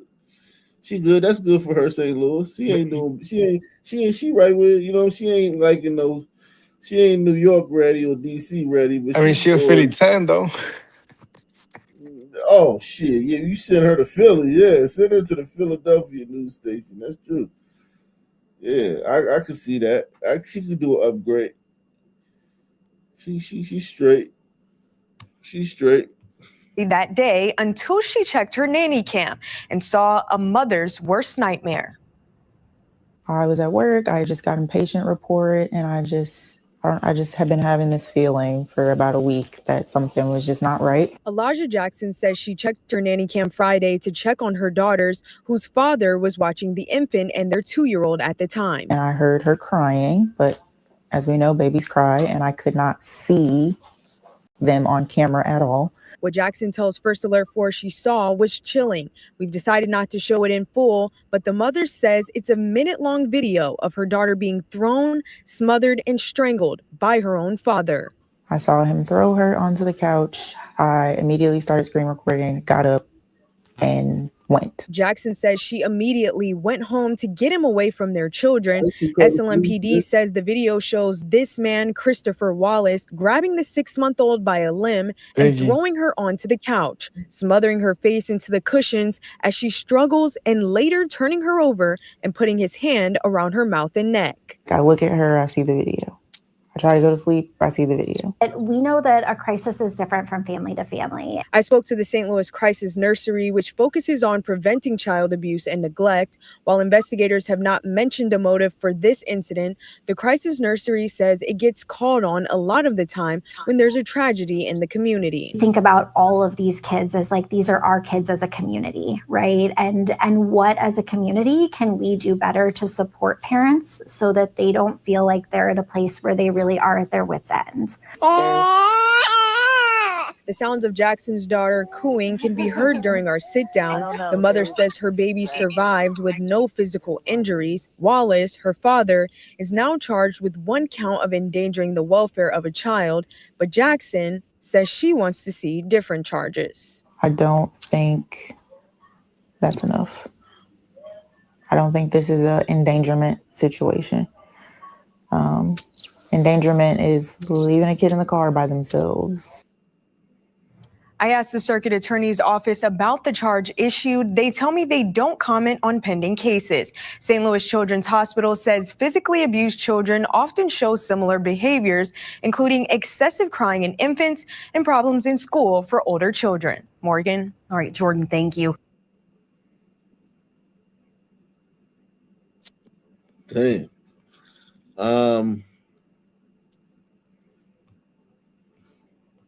And right now at 5 on this Monday, new charges for the man Putnam County Sheriff's Office authorities say attacked and stabbed a woman to death Friday Who did that? Oh, was that another glider queen killed? night. Thank you for joining us on this Monday. Who did this? Who did this, people? Attacked this woman, man. Stabbed her to death, man. Who did that, man? Son, man. Huh? Son, man. Salute to Gauch Malo. She said rappers from which that was last one. Salute to also the Healer. He says it's nice to get a little breather. Shout out Wiki. Yeah, man, Wiki's always looking out for the son, man. I mean, he like listen, man. He's our biggest advocate for real, man. He only talks about us like that because he cares, man. Yeah, I mean, look, listen, man. Someone has to, right? Hit the link, Olsen.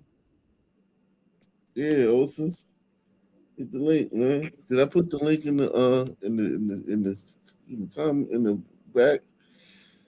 I don't know if I put it in the. But hold up, man. Let's really digest this one on the screen.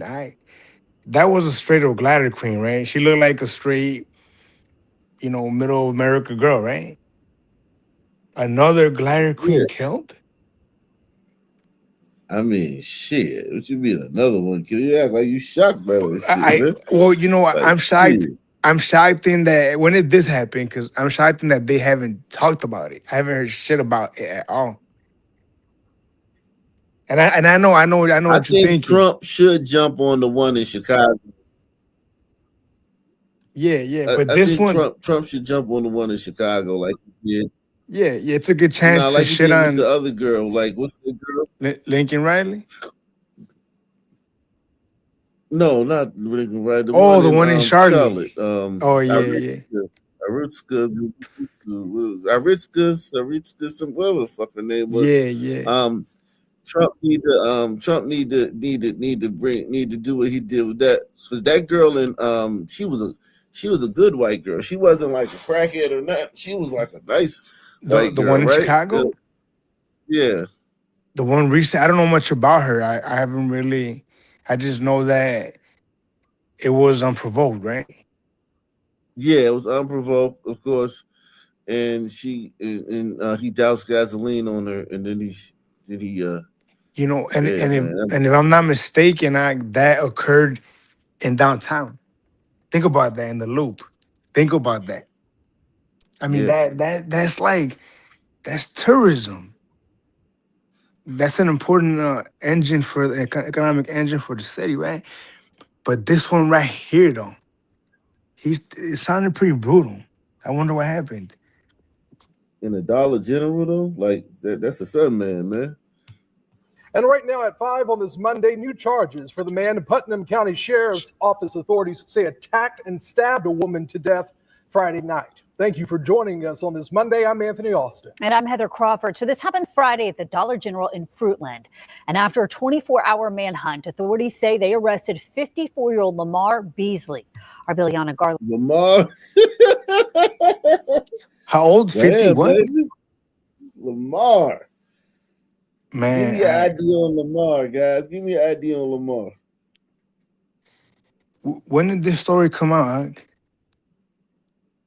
I'm true. I'm true. I mean, look, I'm not even joking. I'm stunned. This is 3 days ago. It's hard to keep up with the Sun, man. And the glider queens are getting fucking plugged left and right, man.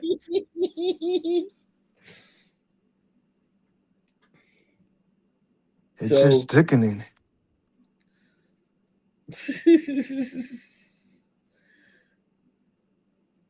Lamar.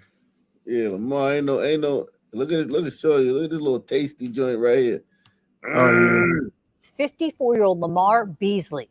Our Billiana Garland joins us now to break down the charges and also reaction from the victim's family and friends. Such a tragic story. Heather and Anthony, I did talk with the victim's family and friends, and the Putnam County Sheriff's Office says the suspect is a convicted registered sex offender with an extensive criminal history going back to the 1990s. He got out of prison last July, and now he faces a first-degree premeditated murder charge. I talked to the family and friends of the victim, who the Sheriff's Office identifies as 36-year-old Cheyenne Castens. I can't believe that I'll never hear her voice again. It's just not real. It doesn't feel real.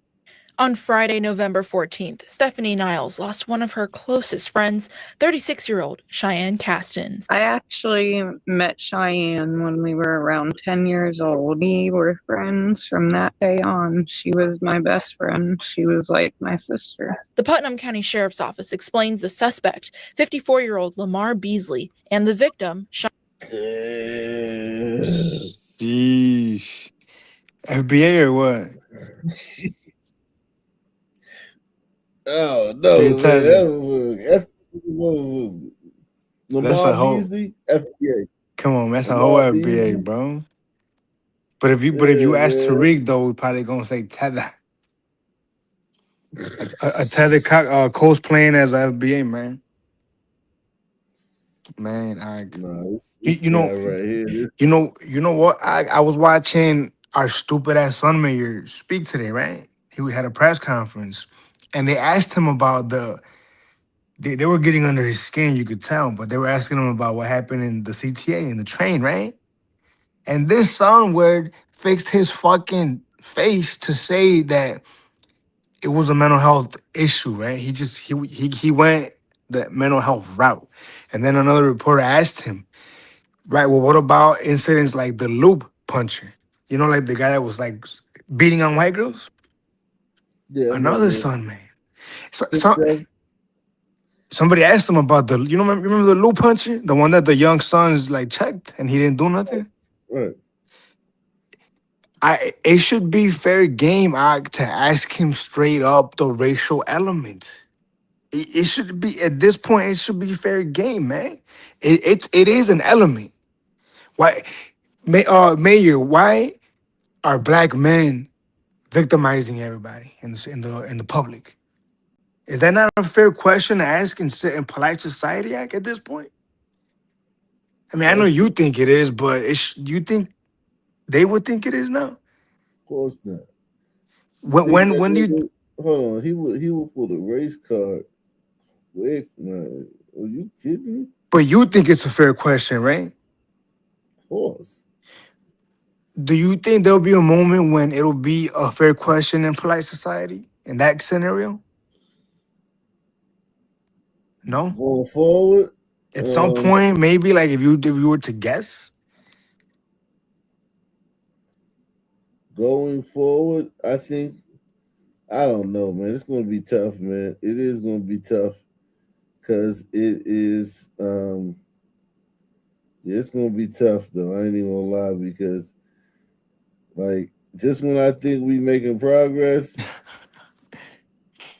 It's like, God damn, man, the liberals won't stop it. The liberals got a lot of tricks, man, that we can't figure out. So yeah, I don't know. Man, it's not even the liberals, man. It's what it is.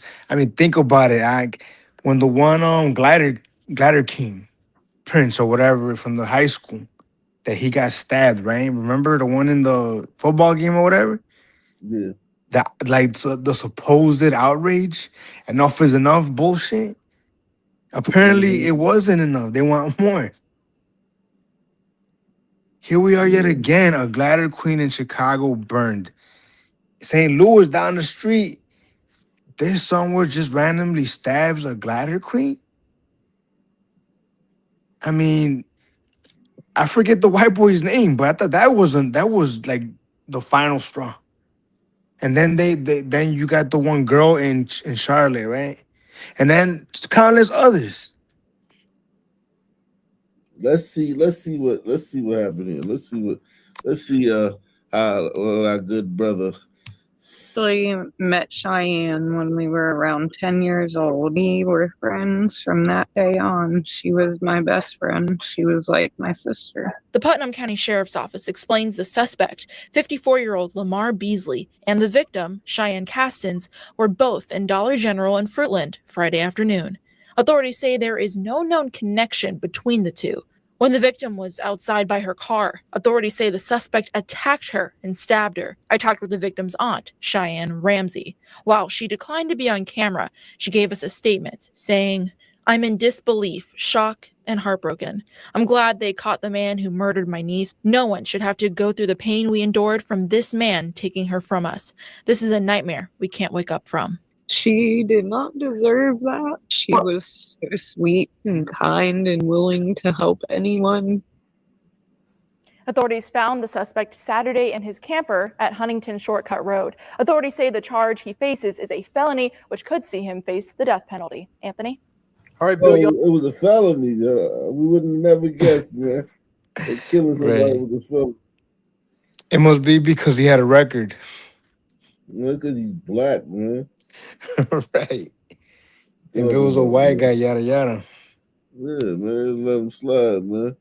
They say he just got out in July, right? He ain't wasting no time. That'd be the damnedest shit. Like, you go back for that. Like, Right. it'd be one thing to go back for like some shit you can't avoid. Right. Like, these niggas they love jail. Yeah, right. You know, it's gotta be one of those where like he got used to it and he's like, you know what, I prefer it. You know what I mean? Yeah. Yeah, he preferred booty. He preferred booty and he preferred just like everything being structured. He don't gotta worry about it. He just gotta, you know, wake up and do what he's told. You know? And booty. And booty. Right. Yeah. Think about it, man. Like, just think about it, man. I mean, I know you don't have to think about it, but I mean, like, there's no girls in there, man. Right. Even though they got, you know, female, but you ain't, that dude ain't Nah. he ain't gonna be fucking with the Nah. female. It's just like, yo, booty. This is disgusting, man. Disgusting, man. And fine, if they want to go back, that's fine. But what does that white girl got to do with it? Why do you have to kill that white girl? Yeah, that shit was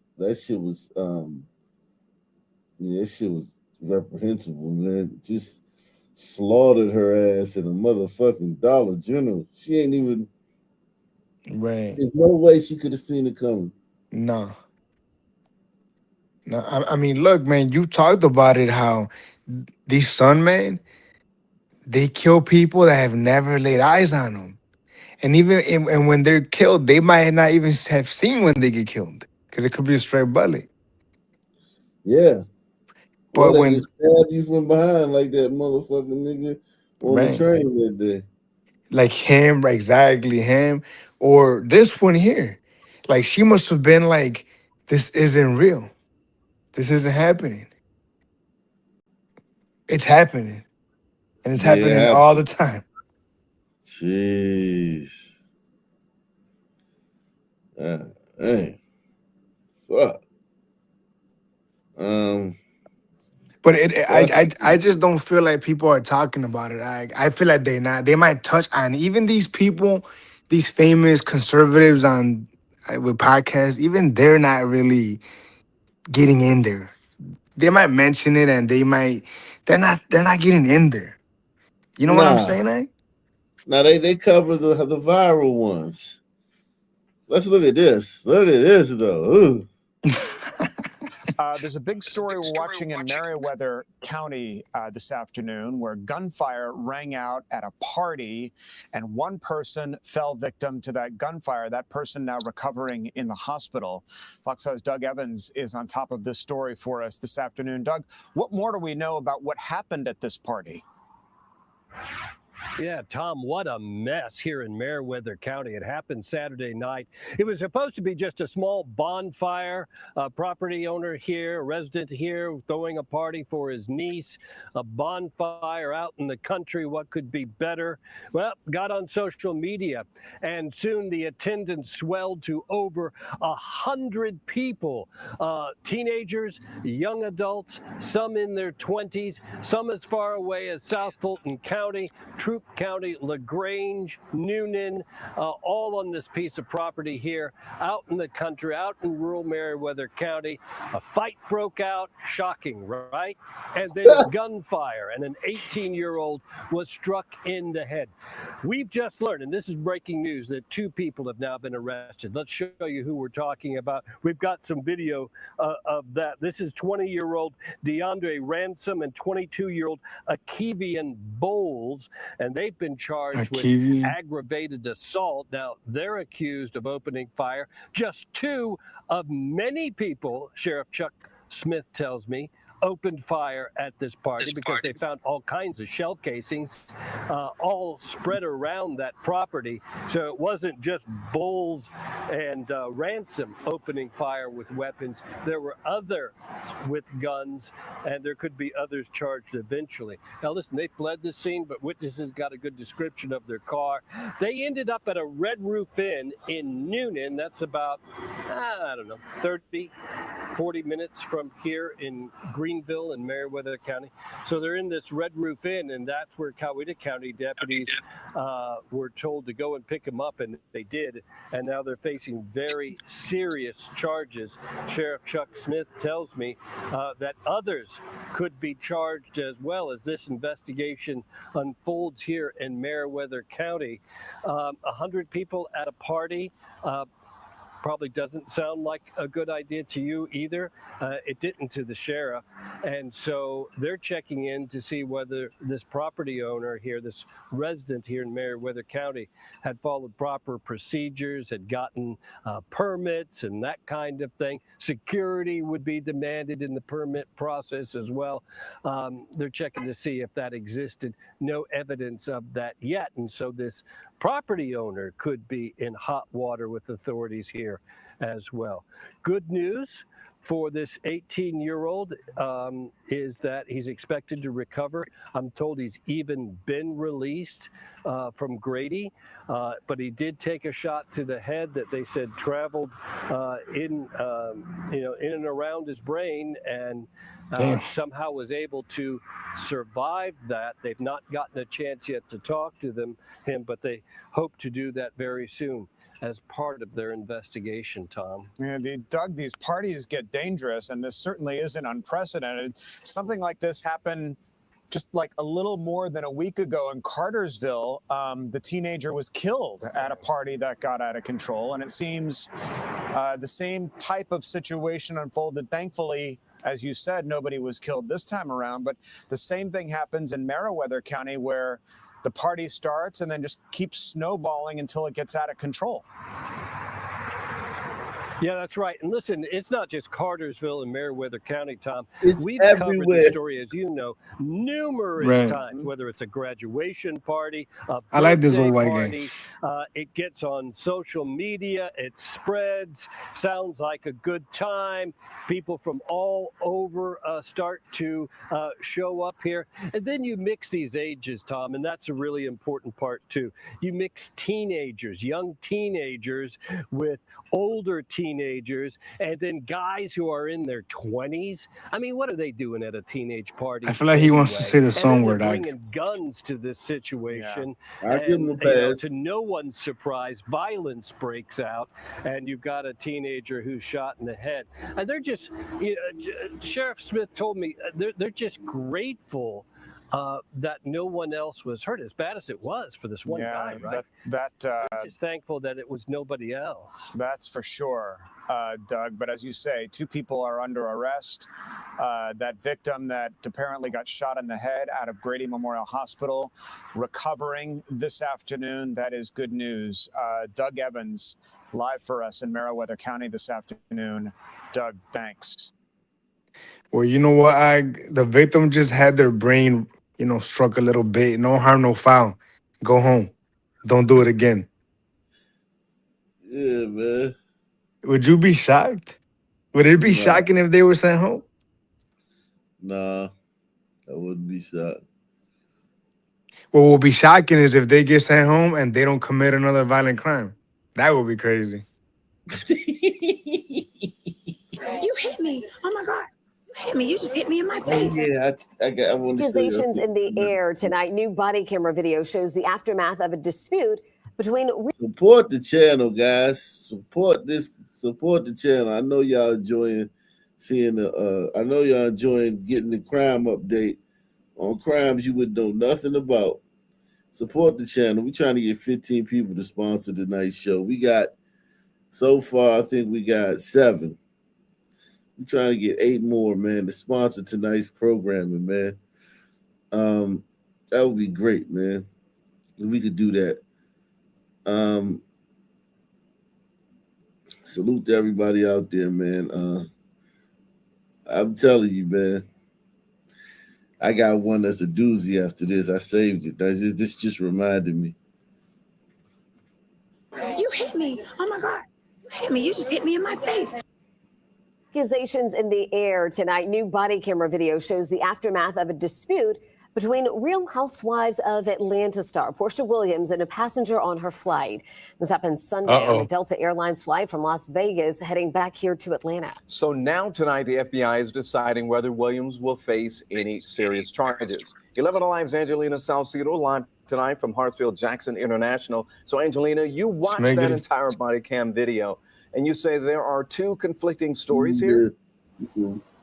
It was a pretty dramatic situation for both of these women, both of them actually talking about completely different things, saying that one thing happened. The other person says that another thing happened. You really just have to hear it to believe it. So we're actually scheduled to pick up Miss Portia.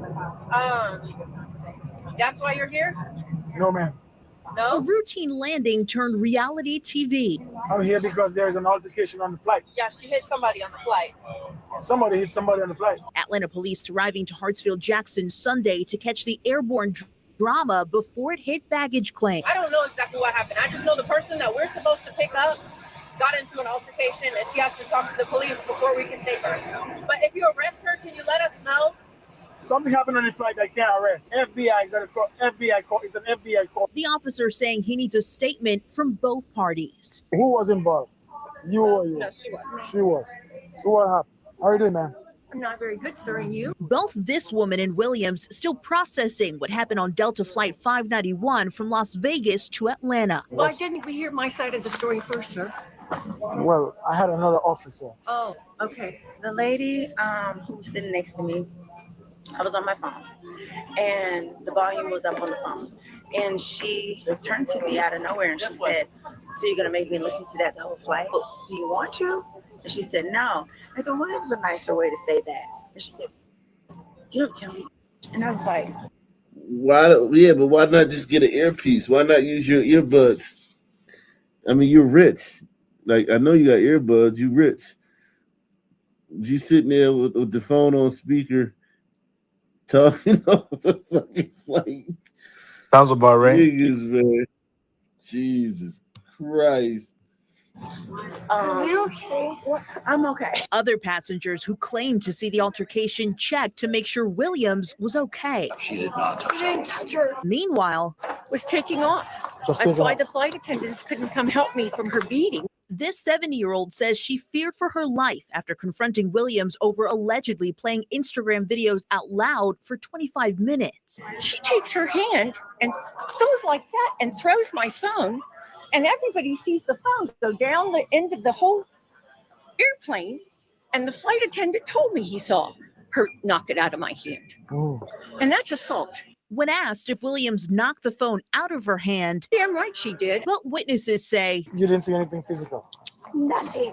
Williams says the woman dropped her phone when she tried to take it out to record. Flo, you didn't slap the phone from my hand? No. Okay. So we did reach out to Delta. Delta actually tells us that this whole incident actually happened before the flight took off. The cabin crew actually ended up talking to both of the passengers, and from there they took off from Las Vegas, landed here in Atlanta, and that's where we actually pick up with this video where the police are talking to both of these women.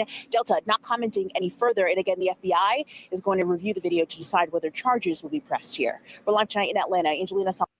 Let's see, shit, man.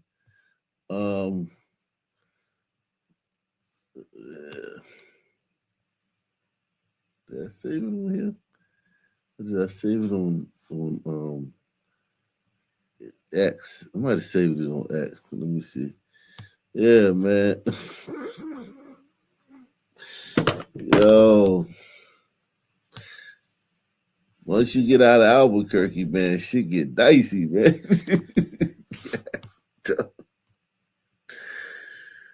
Oh man. Oh man. Well, you gotta appreciate the consistency though, because we haven't been to Albuquerque in a minute. I think, right? Nah, And it means it's consistent. It's just how we left it, and I always appreciate that. You know, I like consistency, bro. Oh yeah, yeah. That's why I really like the Sunman. You know, they're consistently violent. You know. Yeah. Let's see. That just look like trouble, yeah. Can you imagine having to sit in that room with these? Jeez Christ. Man, I can hear it now. I can hear the nonsense now, man. Oh Lord. Shout out to Barry B. Barry B is in the building once again. Barry B is in the building. I mean, look, I'm not gonna lie to you. All I see off the bat is Black Girl Magic. Something with Black Girl Magic. You know, they're gonna speak about, or Black excellence. You know, and it's like, man, like maybe these ladies here got it together. Maybe, right? But man, like, what community? Yeah. Telling you, man. Let's see. What was supposed to be a night of fellowship for this group of women turned into a night of hurt, embarrassment, and pure humiliation. The 9 women had chosen to have a Friendsgiving dinner at Cork and Bull. We only had time to order our drinks, and a fight broke out between 2 African-American women that had nothing to do with us. This classy, Jay. This Cork and Bull joint is classy, yo. Jesus. That's a big girl too. Shit. That's a tough one for the one in pink. Jesus Christ. I think you think you could take her out, the big one? You could take it? Oh, I hit her on her chin. She going to sleep. Shout out the realest version. He said you should check out Alaska, Anchorage, Alaska. Okay, yeah. We do Alaska from time to time.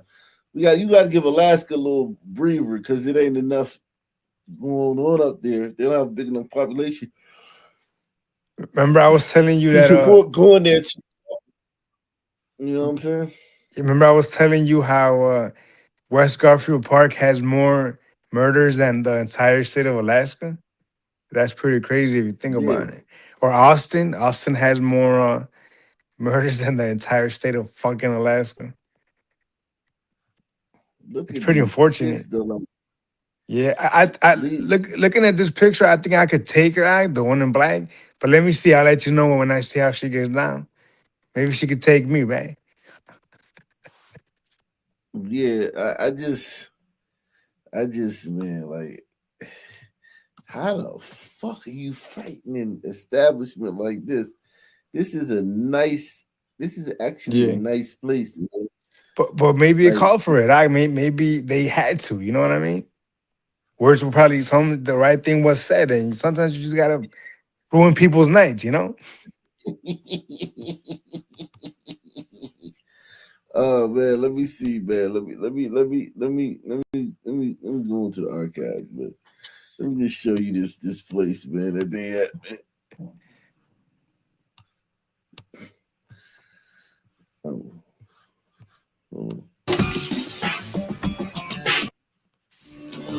Look at that place. Look at that place. That shit just look. Where's this at? What part of the great nation of America is this in? It's in Virginia. Oh, okay. It looks nice.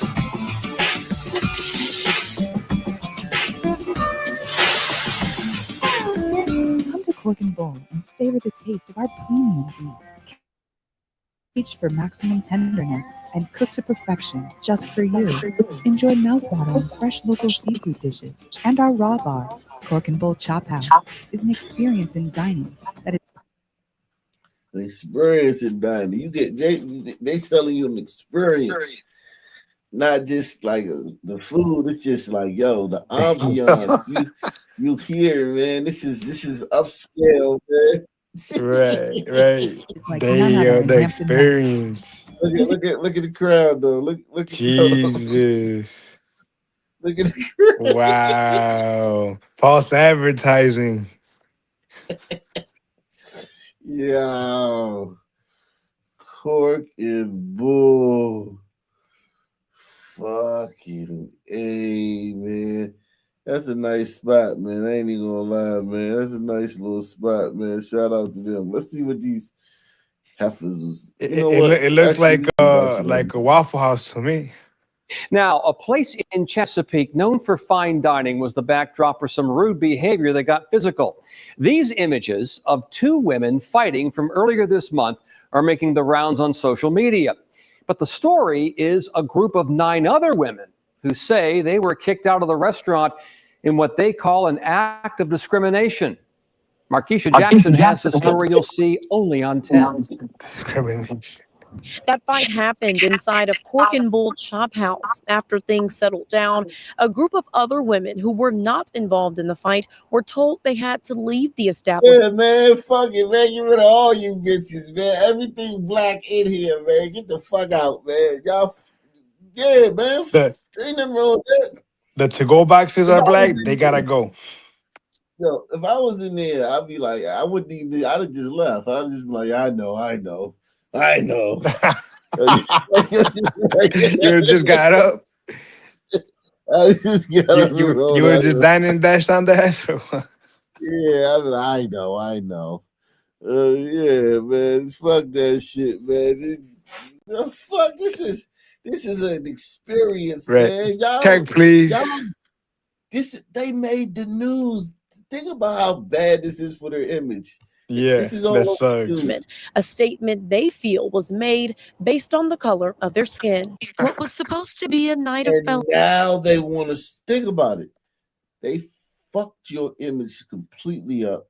The families ain't gonna want to. The white families like, yo, I thought we was getting away from this shit, and then these heifers gonna sue you and probably win. And now you've been sued for racial discrimination, so now you have that on your jacket. It's a double whammy. You're always that restaurant to black people that was, you know how black people just say, oh yeah, Cork and Bull racist. Yeah.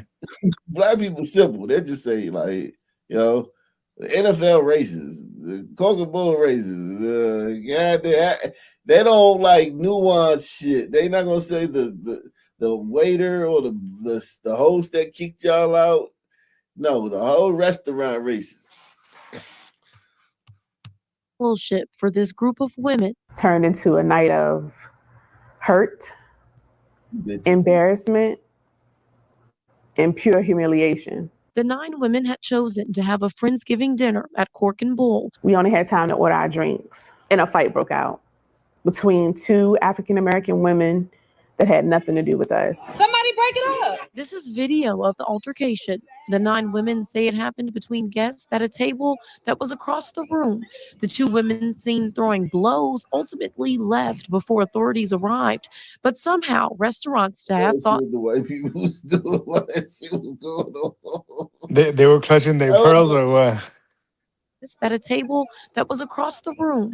The White 2 women people don't seen really throwing touch their blows girls when they see ultimately niggas doing this shit like this. White people usually just be looking around looking stupid or trying to act like it ain't going on. left before authorities. White people usually clutch their pearls when like another white person says something about, like if a white person would have said, "Come on, guys," then they probably would have like clutched their pearls.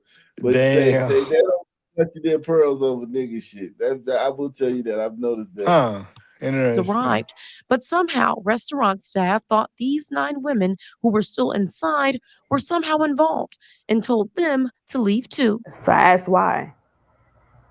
And he responded saying, Why? It's come on, because we what they listen. If a roach crawled across your counter, You call the exterminator. You don't tell him just get that one roach. You tell him get all the roaches. But you know what though? Jokes aside though, it sounds like an honest mistake though. It doesn't sound malicious. Like it sounds like it was a lot going on. Yeah, like these bitches is brawling. Like they weren't like just doing patty. You know how like white girls do. These bitches like leather. Like they was in that joke. Like you know what I'm saying? Right. This Hunter Bone Crush. Yeah, they in that joke slugging it out and shit. And it's like, yo, this is a real deal brawl and shit. Right. That's crazy, bro. Asked why. And he responded saying, because you all like to fight. And they made us You all like to fight. And you fighting now. You racially fighting. You fighting this shit in court, bitch. and told them to leave too. So I asked why. And he responded saying, because you all like to fight. And they made us leave and get up in front of all the other patrons in the restaurant. We were really in like a negative spotlight at that moment, and it was all eyes on us. It was very embarrassing. The 9 ladies are now pursuing legal action. All right, bitch, you can have a free meal. Damn. All right. Come and you get a steak or some shrimp, bitch. That's it, man. I ain't giving you shit for that, man. You know, man. Don't get him nothing. Please. Yeah, give him a free Coke. Come on, one free pop. Yeah, right. Now you gotta pay for your meal, but we'll comp your drinks. Yeah, man. Like, just one drink. Right. And we seating you in the back. Like we ain't seating you in the front. We'll seat you by the kitchen and shit. Man. And you better not fight. You all better behave. Right. Exactly, man. Like, god damn, man. Seat you in the goddamn, like, ain't it like a back room or ballroom or something like that? the basement. Hide you, motherfucker. We'll hide y'all. And shit. Put them in the basement.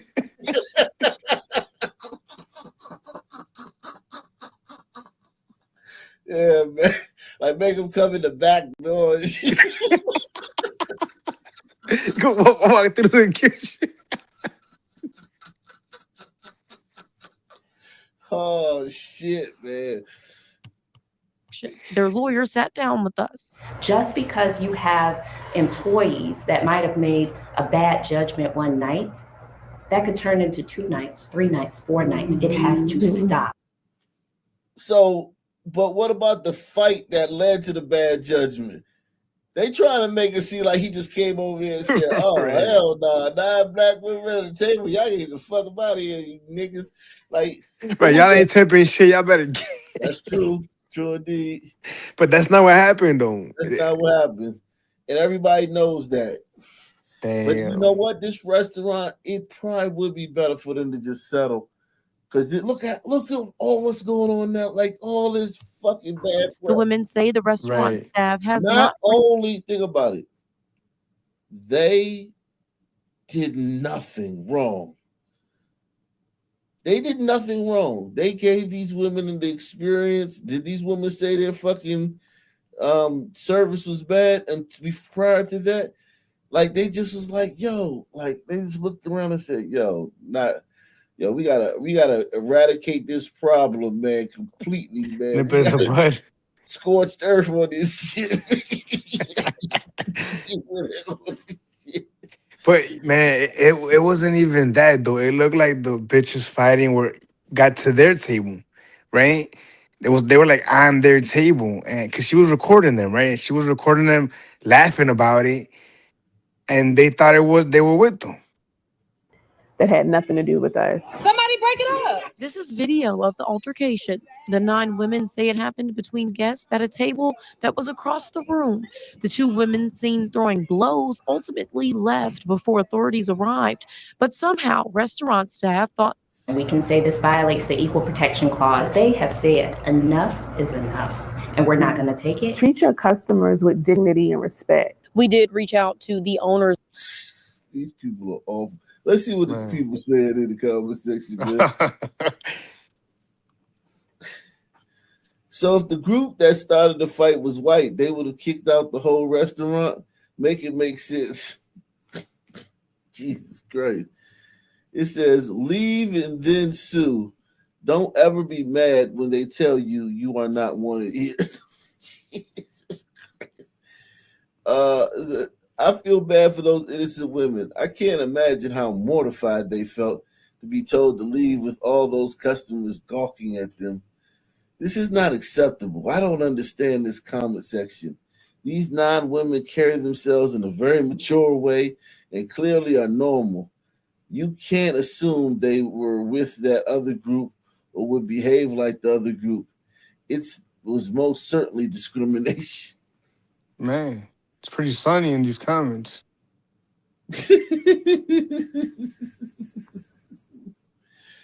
It says, this place must have a lot of fights. I just pulled up another video of a big fight breaking out at the same restaurant a year ago. Okay, let me see that. Let's see that'll that changes everything. No, that'll who let's see who's the culprit at this other. Let's see. You know what? Like I said earlier, I'm pulling for the Sun, man. For the Sun people. I hope it was Gladders. I hope it was 2 old white ladies. Oh man, they said another fight a year ago. But you know how they be lying. You know how they lie. Yeah, some people they make some music. All right, ladies and gentlemen, let me know what you think about this video. Like, share, subscribe. Cash App $ Winston's Bobby. So I want to talk about here, and shout out to the 757, because actually I grew up out there before I left to get in the military and end up where I'm at now. Now, this is where, out there in that area, this incident happened. So it's this restaurant in Chesapeake, Virginia, called Cork and Bull. Okay, I've seen the article, the news article. I believe it was Wavy TV news out there. You know, Willie B. Channel. Okay, because this is something that I think that is about to hit viral. It's really nice restaurant there, down there, and in a nice area. You know, in fact, Chesapeake, I think they made that area to kind of be exclusive. All right, and anyway, man, these sisters did like a Friends Day or something of that nature, and there was some groups of sisters. I don't know what happened during this dinner, but there was an altercation ensued, and these 2 black women end up fighting and things of that nature. You can see it on the video, okay? And again, there was another group of sisters there, like 9 of them, right? So the fight was broken up, and they told all of them to get out. Now, the group of 9 sisters didn't even have anything to do with the fight, nor with that group of people. Okay, but they were recording and commenting on it, though. They were recording it and they were commenting on it. So, like, all the other white people was just sitting there quiet, looking around, like looking stupid and shit. And the sisters was like, "Yo, break it up," and recording this shit. So, like, I mean, like, come on, man. A mistake was made. Fuck. I don't know how many people were involved in the group of the girls that got in the fight, but the statement was, okay, or according to the news, or what these ladies are saying is that they were told to get out because they were stereotyped. All right, the statement was, well, we kick you out also because y'all like to fight, when the other group was all saying, well, why we got to get out, you know? So it'd be one thing if the girls that got in the fight, it was the group and things of that nature, or one group against. It's the end of the world. It's basically 1965 all over again. I got you, man. I got you, brother. It's 1965 all over again. But goddamn, look at all this shit, man. This bad press, man. You motherfuckers are awful, man. Racism restaurant throws out all black patrons. All this bad press they get, man. Oh man, don't let me see. Let me TikTok. I wonder man. if gliders would not go there if they see that kind of bad publicity. You know what I mean? They don't want to go to the racist restaurant. Yeah. Gliders, I don't know. I don't think Virginia is that woke. Virginia's not a very woke state, at least historically. You know what I'm saying? Don't quote me on that, man. Because I haven't been in Virginia in a while, man. But I went to college down there, and it's not a woke state. You know what I'm saying? Don't get me wrong. You can woke shit can happen, but it's not a woke thing. This is 3 years ago.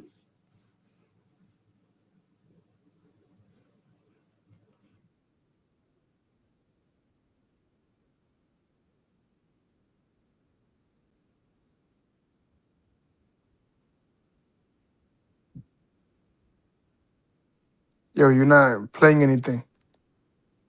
Oh, okay. Let me show you something. Let me show you. My bad. Take the $5 challenge. Support the channel, man, guys. Take the $10 challenge. Put a 20 up there. Take the $30. Put a 50 up there. Put 100 up there. Sponsor the show. Take a $5 at least, man. Sponsor the show, man. The programming. We trying to get 15 people. We got 9. Yeah, we got 9 people to sponsor to help sponsor tonight's program, man. Sponsor the show, guys. Let's see. This is the one that went to the restaurant. Right? I came here to do a side job. That's all I'm supposed to be doing here. Right? But I walk in Cork and Bull Chop House, and now I feel like going on a date. I want somebody to come take me here. It's beautiful in here. It's elegant. I looked at the menu. I saw at least 7 things I want to order. We're going to have to get here early because I'm going to order like all 7 of those things. I came here to do a side job. That's all I'm supposed to be doing. Look, this goddamn Redbone, man, she know how to act, man. Redbone know how to act at Cork and Bull, man. She ain't like you motherfucking goddamn soul sisters, man. Y'all know how to act, man. Redbone said, "Oh my God, I want somebody to take me here. It's so elegant." Shout out to her, man.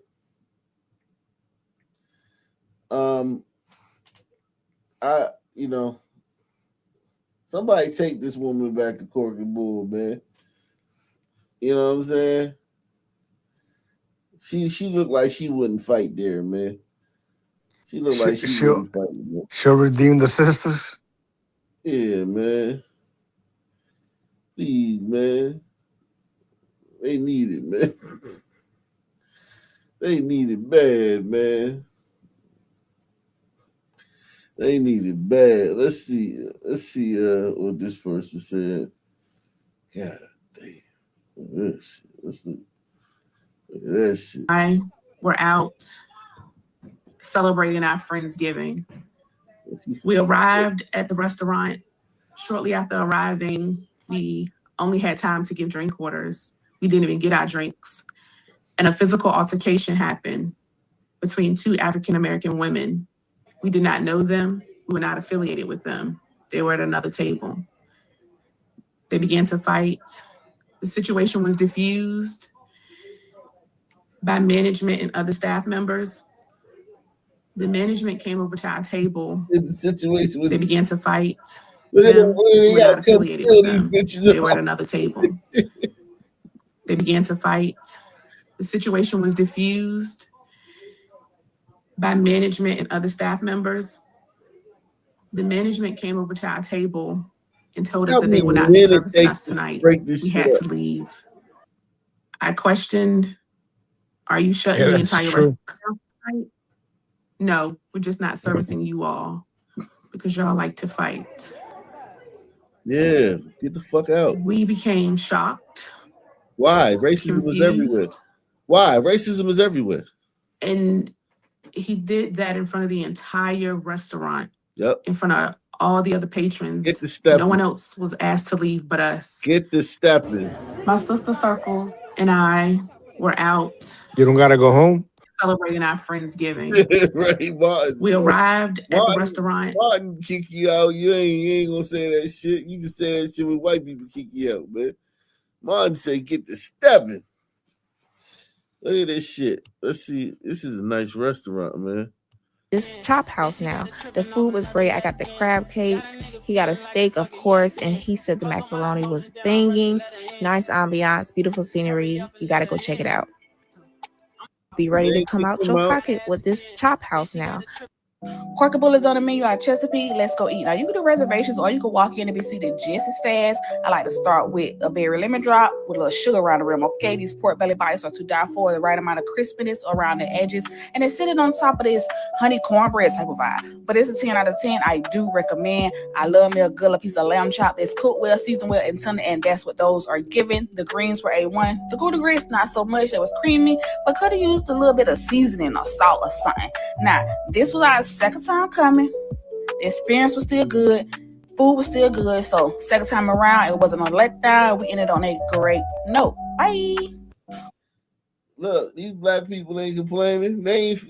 Don't go in there and fight. Don't and don't be around no fights, man. If we punishing the whole black community, that's the best way to stop this type of behavior, man. If one of you fight, all of you niggas gotta get out.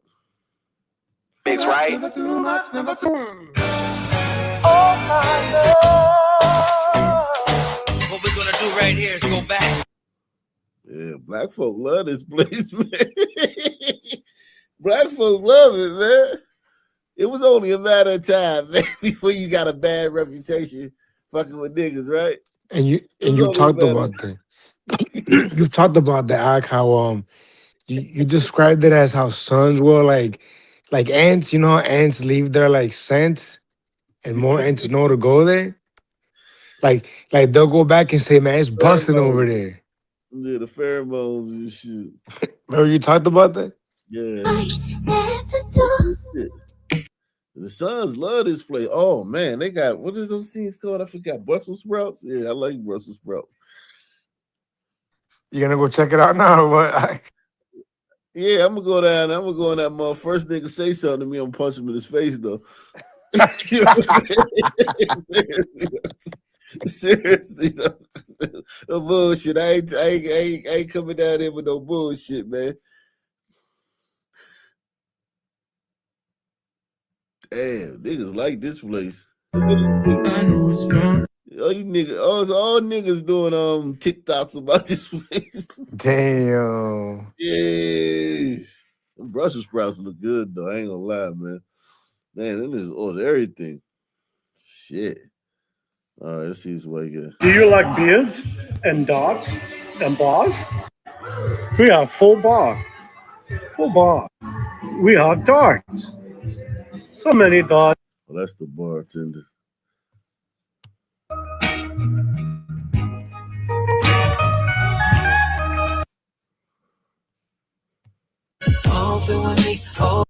You ain't saying about this joint, man. It looked nice though. I like the way it's set up. Man, look at this nigga. God damn, these niggas. Oh no, this is a different restaurant. Franco. That's Franco. That's a different restaurant. Shit, I wonder if they fighting over there. Shit. Probably so. Probably so. They fighting over there over Franco and shit.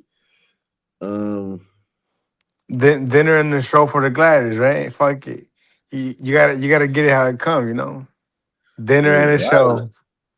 Gliders don't like that shit though. I mean, they don't like that because it's nobody likes that. Nobody likes that shit. Even like normal sons, right? Don't like that.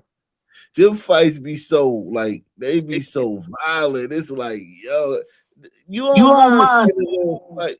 Oh shit, you don't mind seeing a little fight, you know, here there. Little action, but the sisters, they be trying to kill each other. Yeah. Look, I lost I lost count how many sun fights I've seen in my life. You just become used to them. You know what I mean? You become used to. And but now that when you like get out of that mindset, you do realize like, damn, yeah, that was pretty violent. Like they was trying to hurt somebody. You know, bad intentions.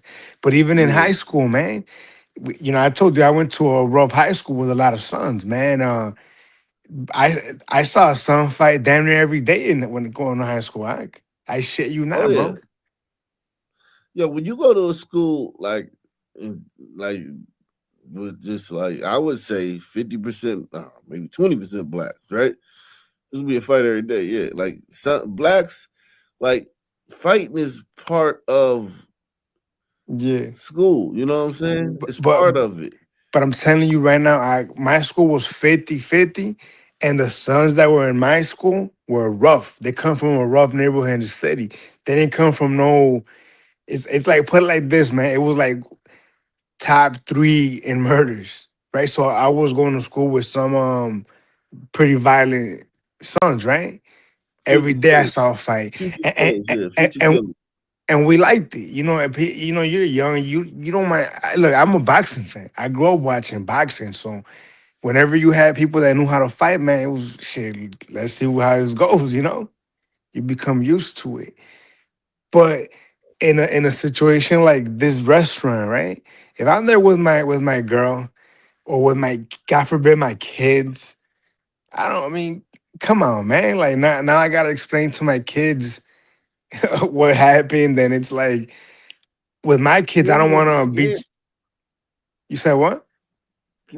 Kids gonna be scared. They'll be wondering what the fuck going on. Like they're gonna be worried. Like, you know what I mean? Right. Like they kids don't know. Like they don't know what the fuck going on. They just know something dangerous. They gonna start getting scared. And believe it or not, with like my kids, I don't want to keep it too real with them. I don't want to have to tell them like, oh, son's this and that. I don't want to do that. They're gonna have to figure that unless I have to. They're gonna have to they have eyes. They're gonna have to see, right? But I don't want to have to like explain none of that. Even with like the alphabet shit, same logic, right? I don't want to have to It's just people don't want to see that shit, man. It just sucks that it is what it is, Mm-hmm. But for that restaurant, it's a double whammy, right? Yeah, it sucks to be them, man. Let's see. Uh-oh.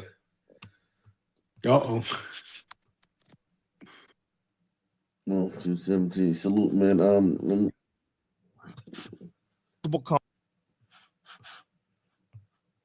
Monument Circle downtown. CBS 4's Jesse Wells shows us how police tracked down the suspects in this case. Some of the damage from the shooting is still visible, including 2 bullet holes here in this bank sign. Luckily, no one was hurt during that shooting, although just across the sidewalk, you can see this blue power box was also damaged by the gunfire. For their part, IMPD says they hope that the criminal charges filed against the 3 men allegedly involved in the shooting sends a clear message that violence in downtown will not be tolerated. The side window, windshield, and back glass of this SUV were all shattered by gunfire. When I started hearing the gunshot, I didn't even know what next. Very scary. I thank God that, I'm still alive. That innocent rideshare driver was caught in the crossfire of a dispute in downtown earlier this month that he had nothing to do with, but which centered around these 3 men. Police claim Chris Ward Jr. got into an argument with these men walking down the sidewalk.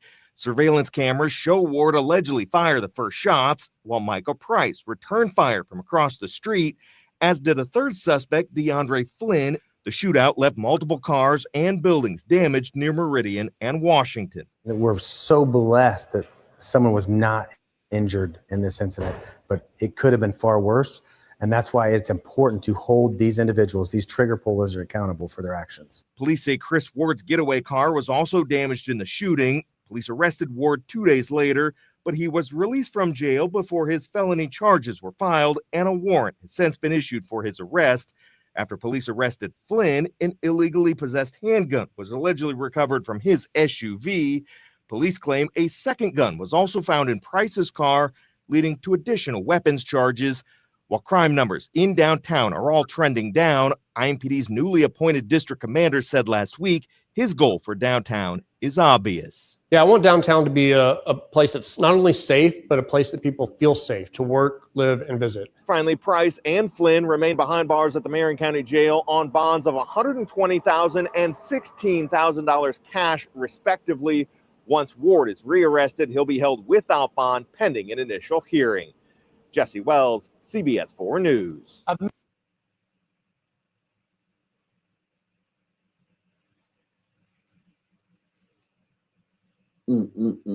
Wow. Yeah, on that note, man, great show, guys, man. Any final thoughts, Wicked, man? No, man, look, I look forward to tomorrow where we might see another Glitter Queen randomly murdered by you name it. Yeah. Yeah, it wouldn't be a day. They will let that happen, man. Salute to everybody sponsored tonight's program. And same black time, same black channel. I'm out of here.